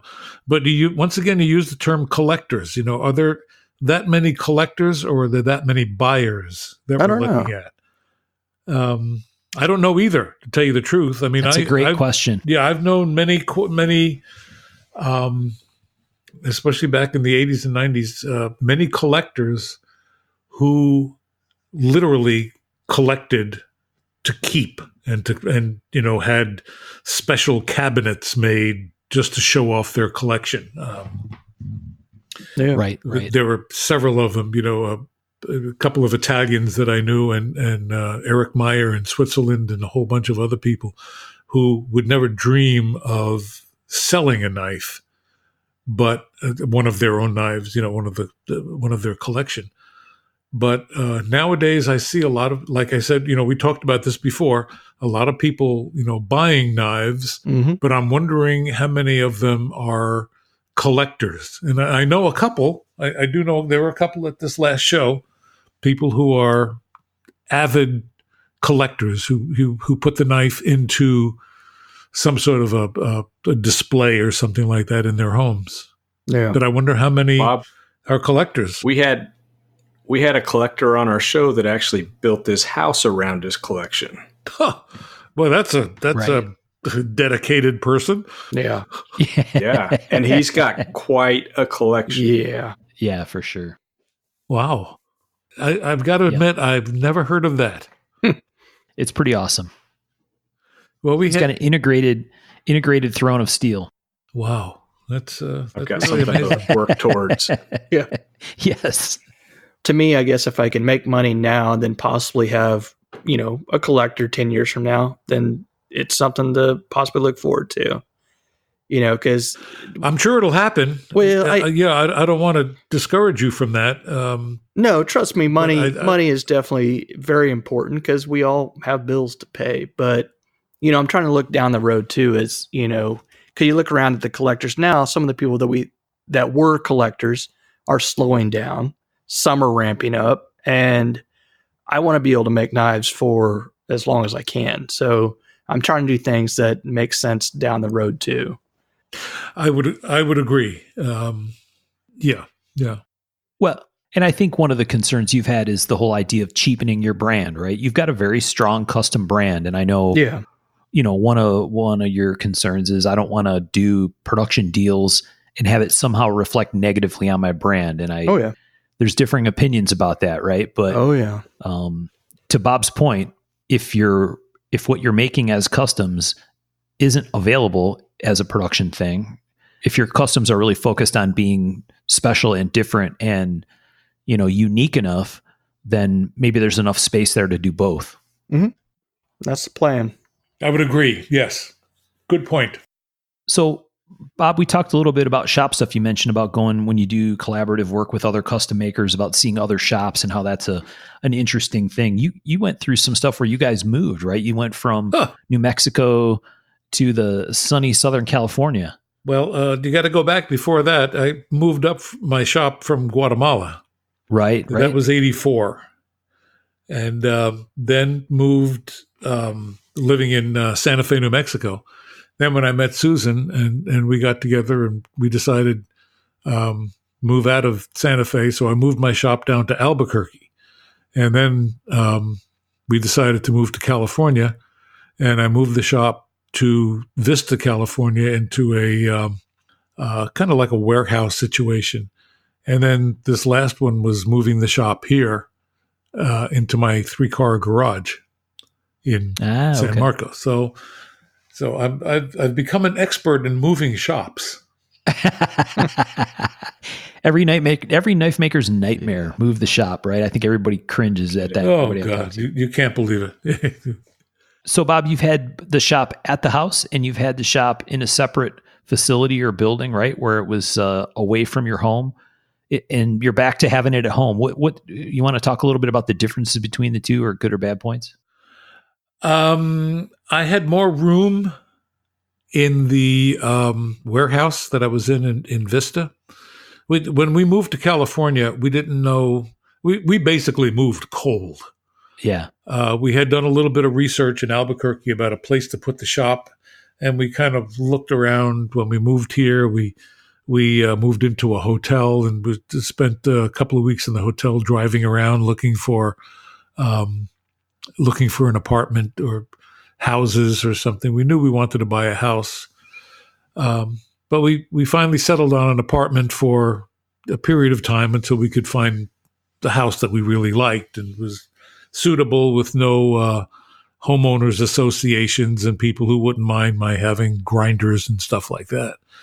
And so I moved into the shop in Vista, and that warehouse was about 4 miles away from the apartment. And it kind of regimented the way I worked. I kind of got up in the morning, and by 9 o'clock I was at the shop. And then, by 6 o'clock I'd find my way home. And sometimes it was in the dark. And, driving home, it was not something that I really enjoyed doing very much, because all my life I had always had my shop in my house, the garage. And I've got to say, it's better having it in the house. It's like Tallulah Bankhead once said, I've been poor and I've been rich, and rich is better. Right. I've been in an away shop, and I've been in the home shop, and home is better because I can work here when I want. And aside from that, I've got all my tools here. So when we have to hang a picture, I don't have to go running up to the shop to get the right drill and the right hammer. Or living in an apartment, all the tools are up at the shop. I just run out to the garage and get them. Yeah. Well, Bob, when I visited, it was really nice. We could hang out in the shop for a little while, and then we went in and had a meal. This was a question that I found very interesting, and I thought this is the way it would go, but my shop is about 4 miles away from my house, and you just don't get home. I mean, it's not very far, but you don't go home. You don't leave once you're here. Yeah. It's not, you can't run into, to watch something interesting on television, like, an impeachment or something going on, a vote in Congress, or something is, or this wildfire is coming close, or it's not coming close, or where is it, or something like that. Yeah. You can run over to the television and take a quick look, Right. Right. and sit down in the big easy chair, and and have a sandwich for lunch.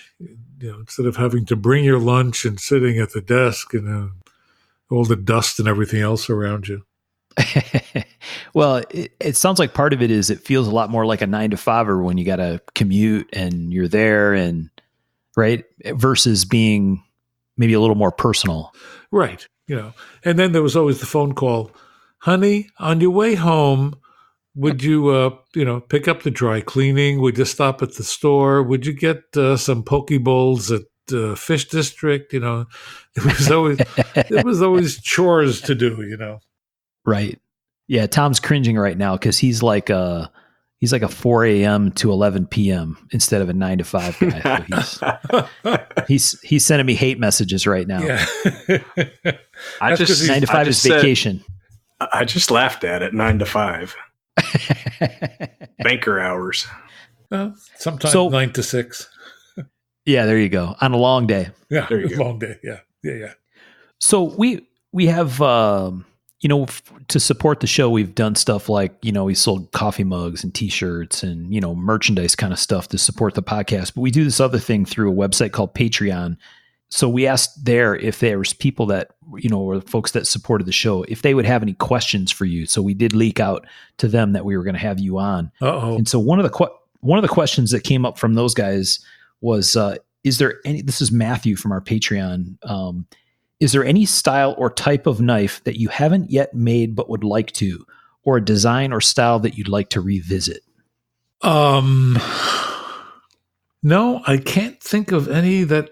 I mean, I've made a lot of different knives and swords and krisses.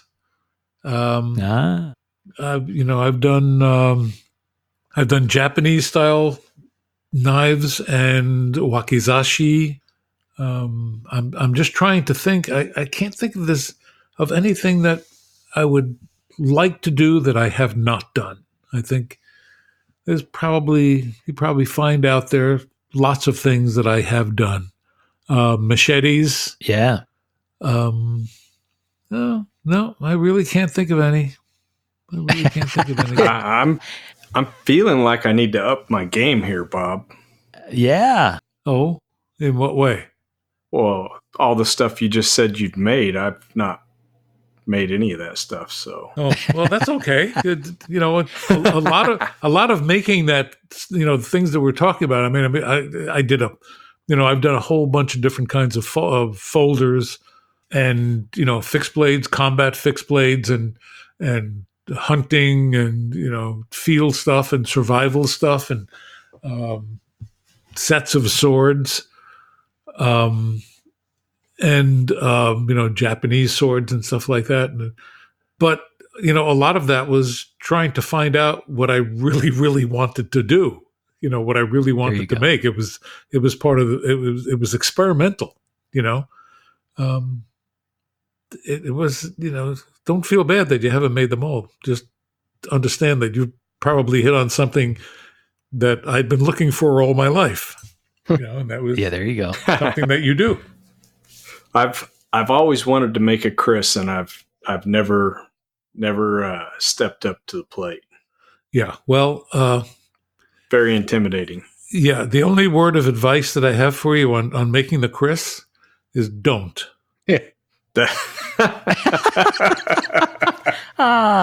That's fantastic. Oh, that's hilarious. Well, that goes back to the thing, right? About a bunch of knives that you made as part of experimentation, and maybe you find one that's your thing, right? Or something that you really love, and you're also going to figure out very quickly, man, I am never ever making one of these again.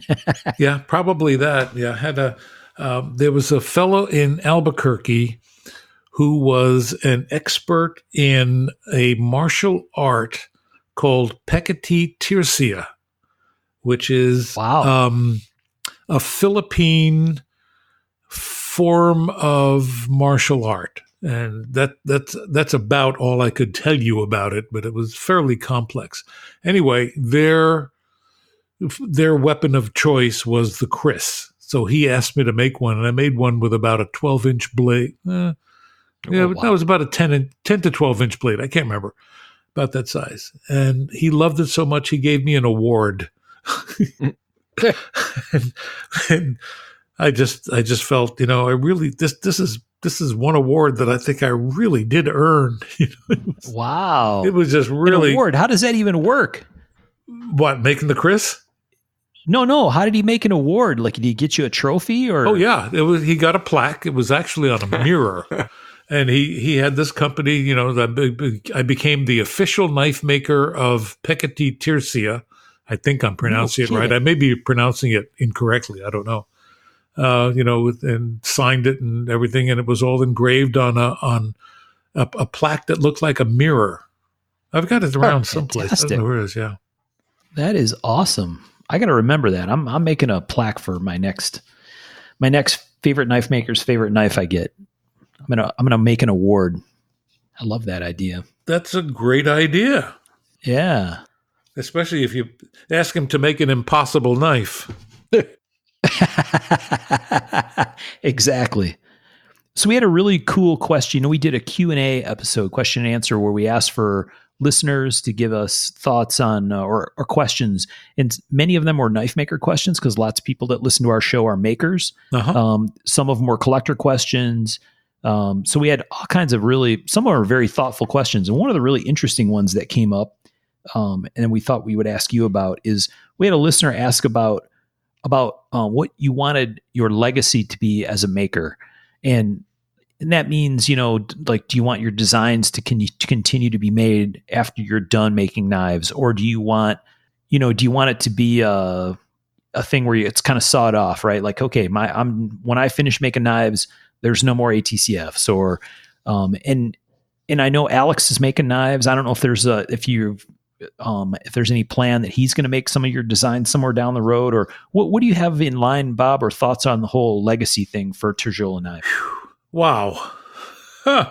It's a heavy question, what a right? question. I'm not sure that I've ever really thought about legacy very much. I am working with Alex, my Susan's son, my boy.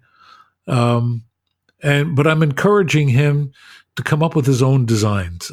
I don't want. Yeah. I don't want. I don't mind if he copies me, but I didn't achieve what I've achieved by copying other people's designs. You try to come up with your own. Right. In terms of legacy, geez, I don't really know. It's not something I've really contemplated. I would like to be remembered as an honest man of integrity, a person who, did the best he could and whose workmanship deserved the prices that it got, and pass those things on. I sometimes think, the things that we're making, the knives that we're making, they could last 1,000 years. Oh, absolutely. The materials that we're using, titanium, stainless tool steel, carbon fiber and stuff like that, it could last a long time. In terms of legacy, I would just like to be remembered as an honest broker of a good craft, a craft that, that was worthy of surviving and lasting for a long time. I guess that's about it. I can't think of anything else. I think that's a good way to look at it. And I think you hit on something there that I think about sometimes is that these knives could last 1,000 years. And sometimes I look at a knife and be like, sometimes I feel like I'm trying to create an heirloom or something that you think could be passed on to somebody if you just held on to it a little bit. And it goes back to that idea of a collector versus someone who's just kind of passing it along. And I think just wishful thinking on my part, I just wish there was more collectors, more who thought, oh, this is something I could pass on to my kid, or, that could be like our grandfather's slip joint that we got, that was not definitely a custom knife. Yeah. Mm-hmm. I think of that a lot. I mean, that's why I build knives. I build tools that hopefully are getting patina and wear. And, I didn't get a lot of that stuff passed down to me, but I would have loved to have had a hunting knife from my grandpa or my dad or something like that, you know? Yeah. Yep. Now they mean something, right? It's back to that thing about where, okay, it's a tool, but there's sometimes where it's a tool, but there's a whole bunch more that goes with it. Whether maybe it's a story, right? Where, I got this knife in a certain way, right? From a friend who somehow it got to me because my friend cared about me, or it's from a maker that I had a personal relationship with, or that I knew, or that I respected, or whatever, right? I mean, that's, I think that knowing the maker and having these relationships with the maker, seeing them face to face, shaking their hand, being a part of each other's lives, and this kind of relationship that we have with customers as makers, sometimes that turns that tool into a talisman, which is kind of a fantastic end goal to this job. Absolutely. I agree. Well said. Wish it happened more. Is what I guess I lament about. Yeah. Well, I've had a number of customers who have bought knives for their children and put them away in a safe. I've always liked to make knives that people take out and use, but I also understand that some of them they want to have something to pass on. And I'm very flattered that they would choose to pass on one of my knives, to their children, and not only boys, to their girls also. Yeah. Yeah, for sure. Well, and I mean, it's a very cool idea. It's maybe a slightly romantic idea, right? And I think each one of those that you do actually have the pleasure of seeing or recognizing or watching happen, those are little nuggets, right? That's the real intrinsic value of doing what you guys are doing. Yeah. Exactly. Yes, I agree.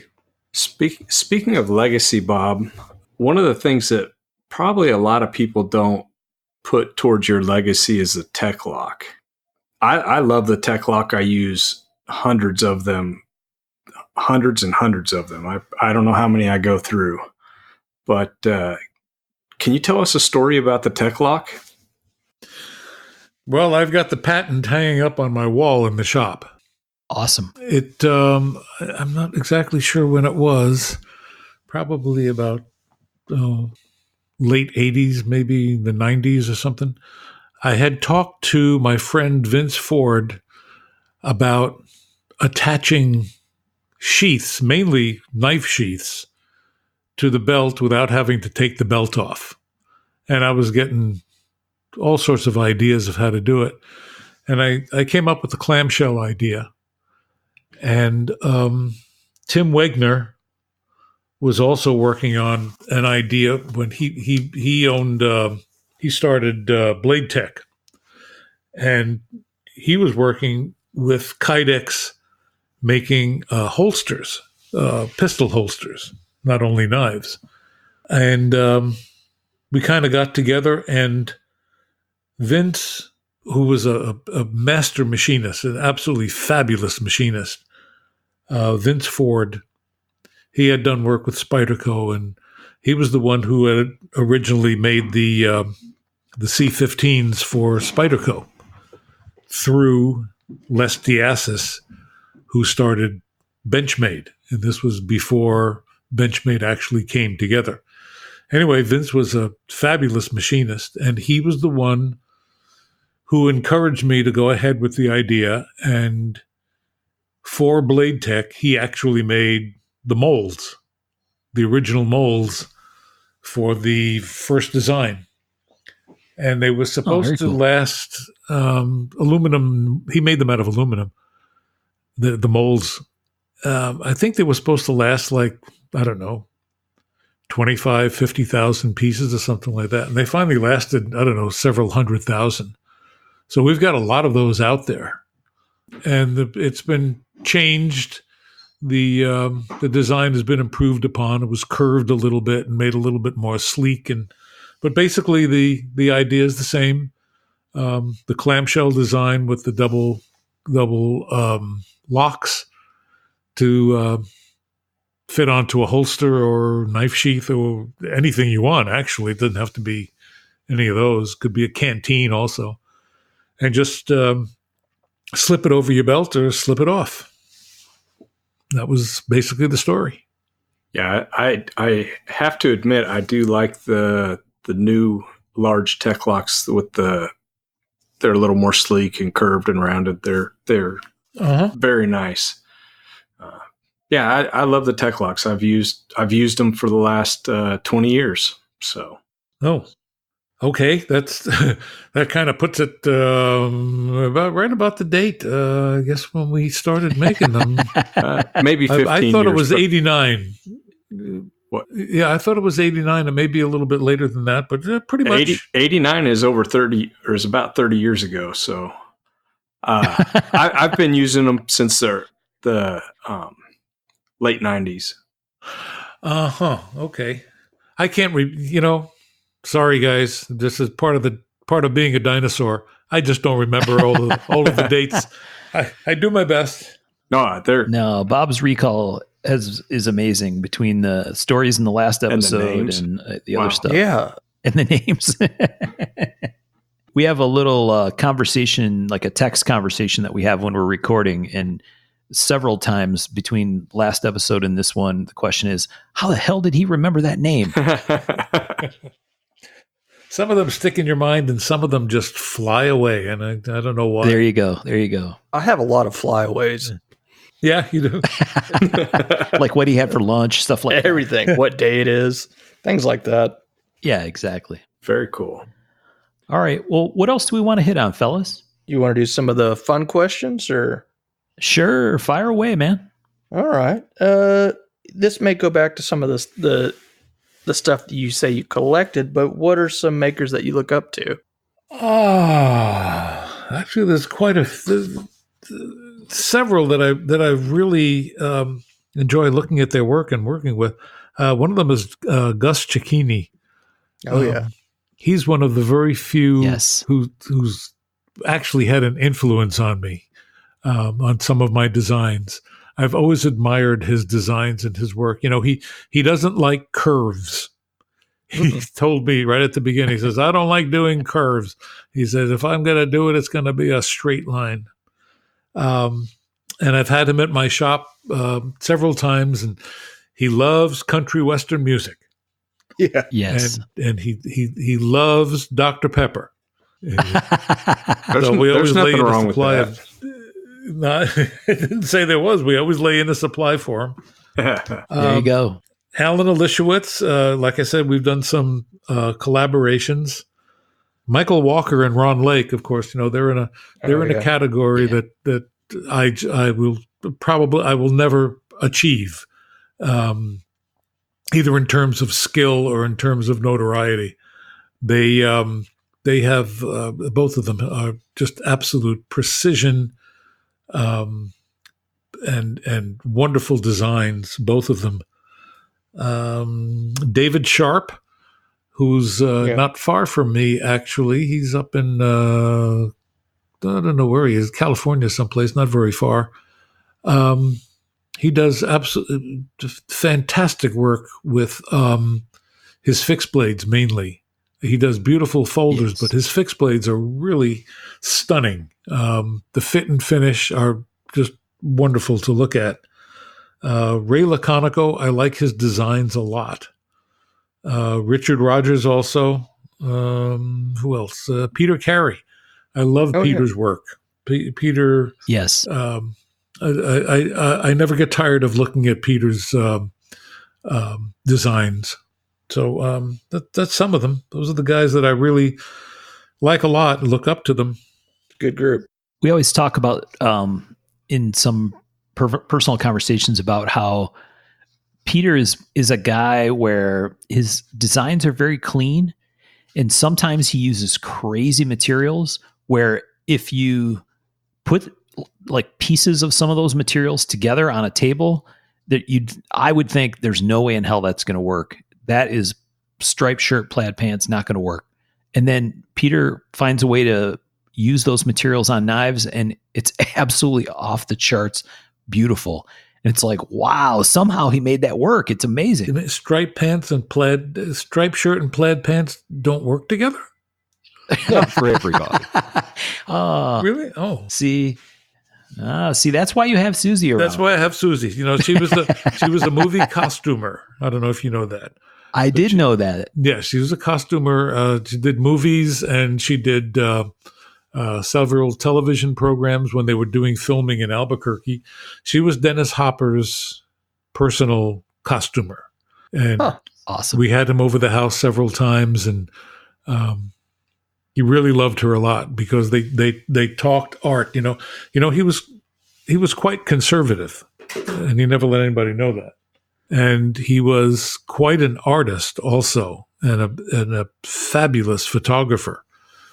But very few people knew that, you know. And he really enjoyed talking art with Susie, you know, and she liked him. That's very cool. Yeah, really was. I think I saw you guys have shared pictures. I think right of him at the house. Several, yeah. And so that thing about her dressing me, she would often say, "Oh, you're not going out wearing that. You're not going to do. You're not going to wear that." Oh, thank goodness they're around to save us from ourselves. Yes. Bob. All right. So, Sean, you got a question you want to ask? A fun question? Let's see. Well, yeah. Do you have a favorite movie knife? A favorite movie? Wow. Favorite movie knife? So like a knife that was featured. A favorite movie knife? Like the obvious one is like the Rambo Yes. knife, right? So do you have a knife from a movie that struck you as, wow, that knife is awesome that I saw in a movie? Not really. You know, there were several knives that were, you know, really nice. The one that I really liked a lot was a sword, actually. The original. Who was that? Arnold Schwarzenegger. What was he? Conan, the barbarian. Yeah. The sword. Absolutely. It was done by Jody Sampson, and it was an absolutely fabulous sword. I remember seeing it in person, and it really inspired me. I really liked that a lot.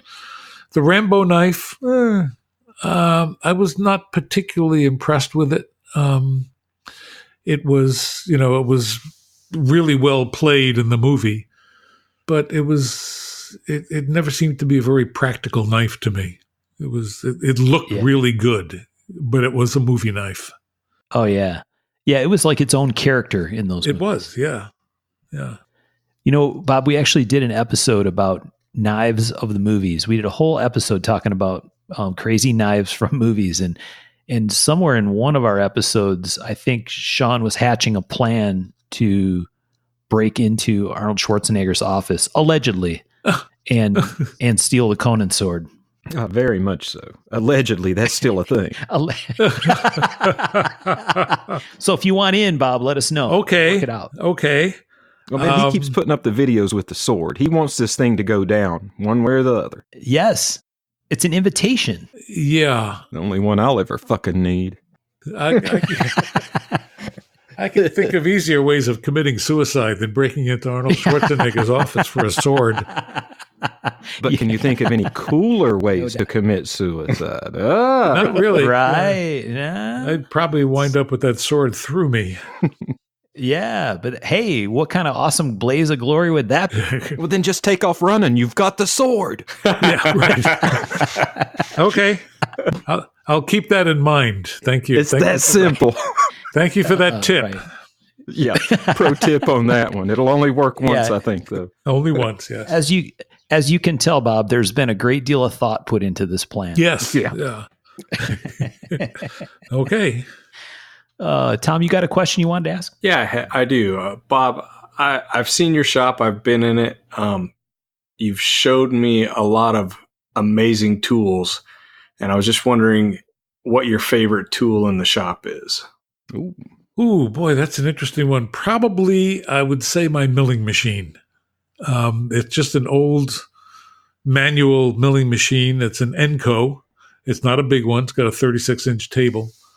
But I've learned to do a lot of things on that machine. And the other ones that I like a lot are my Bergmaster turret drill presses. And I kind of thought you might say the mill just because of how versatile it is. yeah. But I also know you have a thing for Bergmasters and Derbyshire lathes. you've got so many very cool vintage tools. Yeah, I've got 2 Derbyshires. They're American made.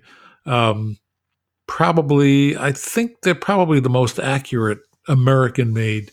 And I have one very old Schaublin 70, Schaublin 70. And I love those. I just love machinery and tools and stuff like that. I just go in there, and every once in a while I just touch them. I not only use them, but I just put my hand on them and say, wow, that Schaublin's been around since early 50s. And Wow. both of the Bergmasters were one. We traced the serial numbers, and one was 52 and one was 55. Oh, Wow. nice. Yeah, That's very cool. it really is. I've got 3 Derbyshires that I need to work on a little bit. Well, they still do work on them. Yeah. I got my first Derbyshire. I'll tell you this story.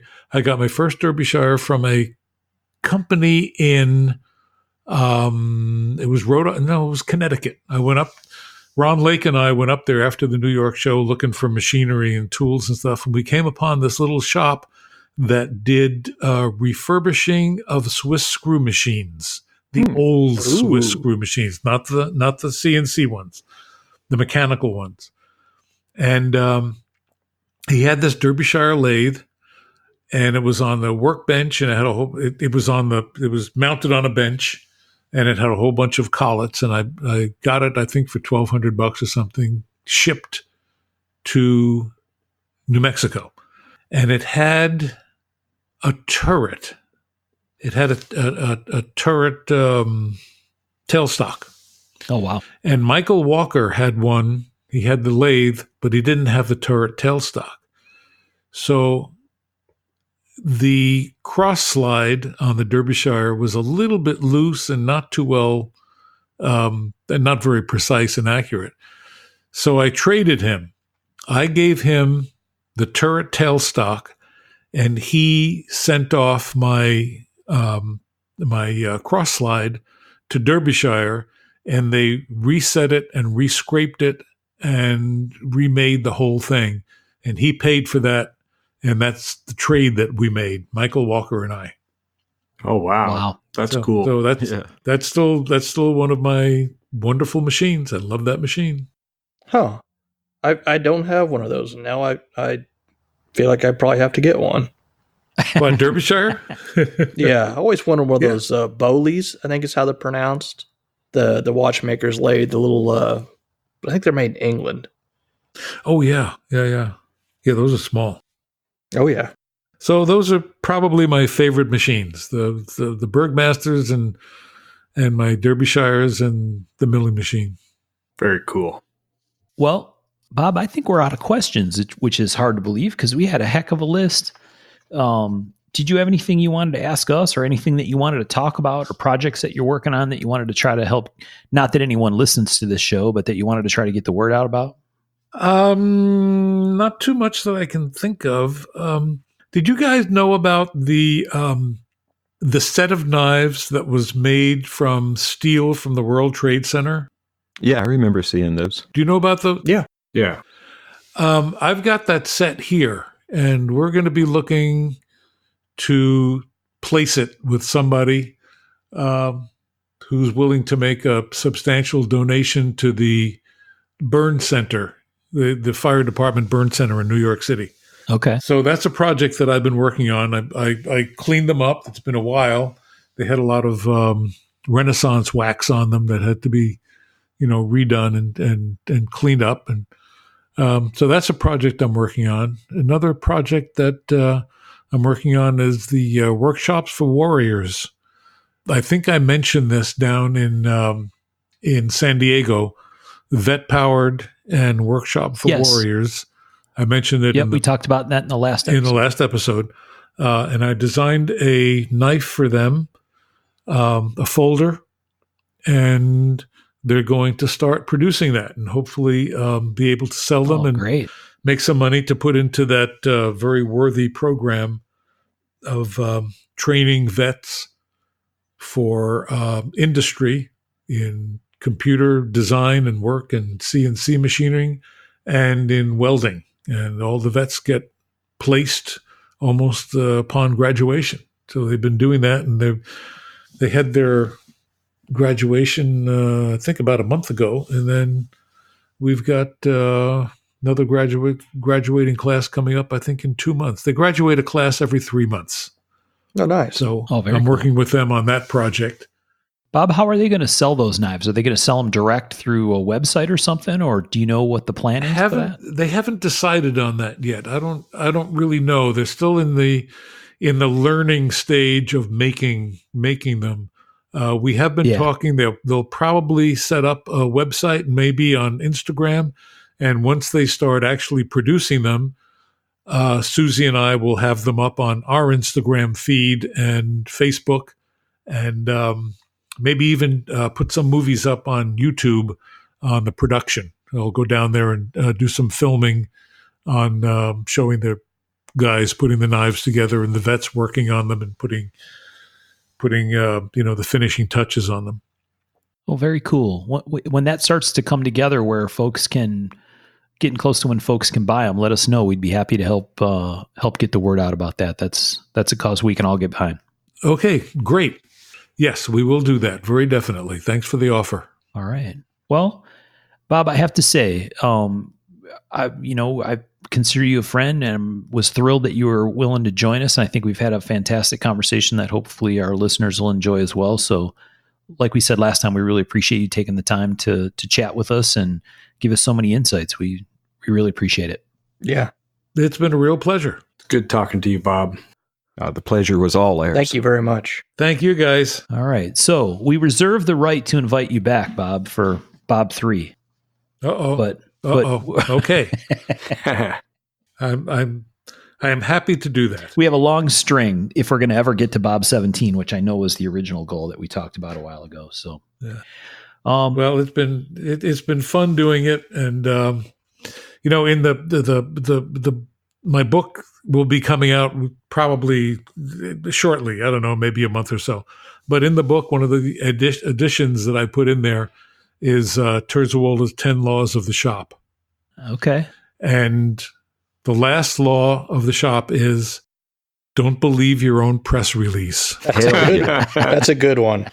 So no matter what the compliments are, I will still try to be humble. Absolutely. Great rule to live by, whether it's shop rule or personal rule. Yes, sir. All right. Thanks for the opportunity, guys. It's been great talking to you. Yeah, super great.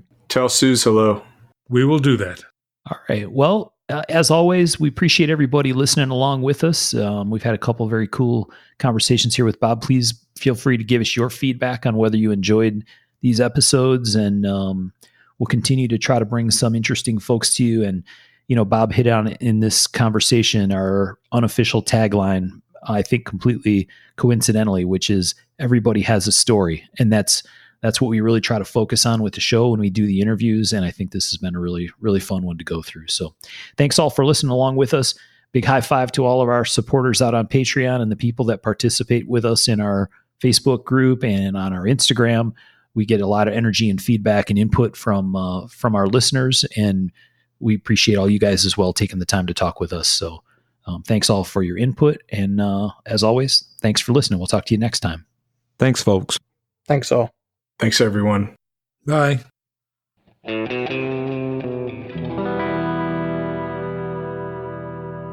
To learn more about our makers, you can find Tom Crine on the web at crineknives.net, in his Facebook group, Crine Knives, or in his Instagram account at Crine Knives. For Michael Birch, check birchtreeblades.com, Facebook group Birch Tree Blade Works, or Michael's Instagram at birchtreeblades. For myself and the Raygun Bead Project, we're on the web at raygundivision.com. We have a Facebook group called Raygun Division, or my personal Instagram at msteiner. For those interested in photos, references from the show, or some discussion about the show itself, you can find us on the web at markofthemaker.com, in a Facebook group called Mark of the Maker, or on our Instagram at Mark of the Maker. Last but not least, the ultra cool and haunting background music we use for the show is a piece called Noir Guitar by Stevie's Amp Shack, found at the Free Music Archive and licensed under Creative Commons CC BY 4.0. Thanks for listening.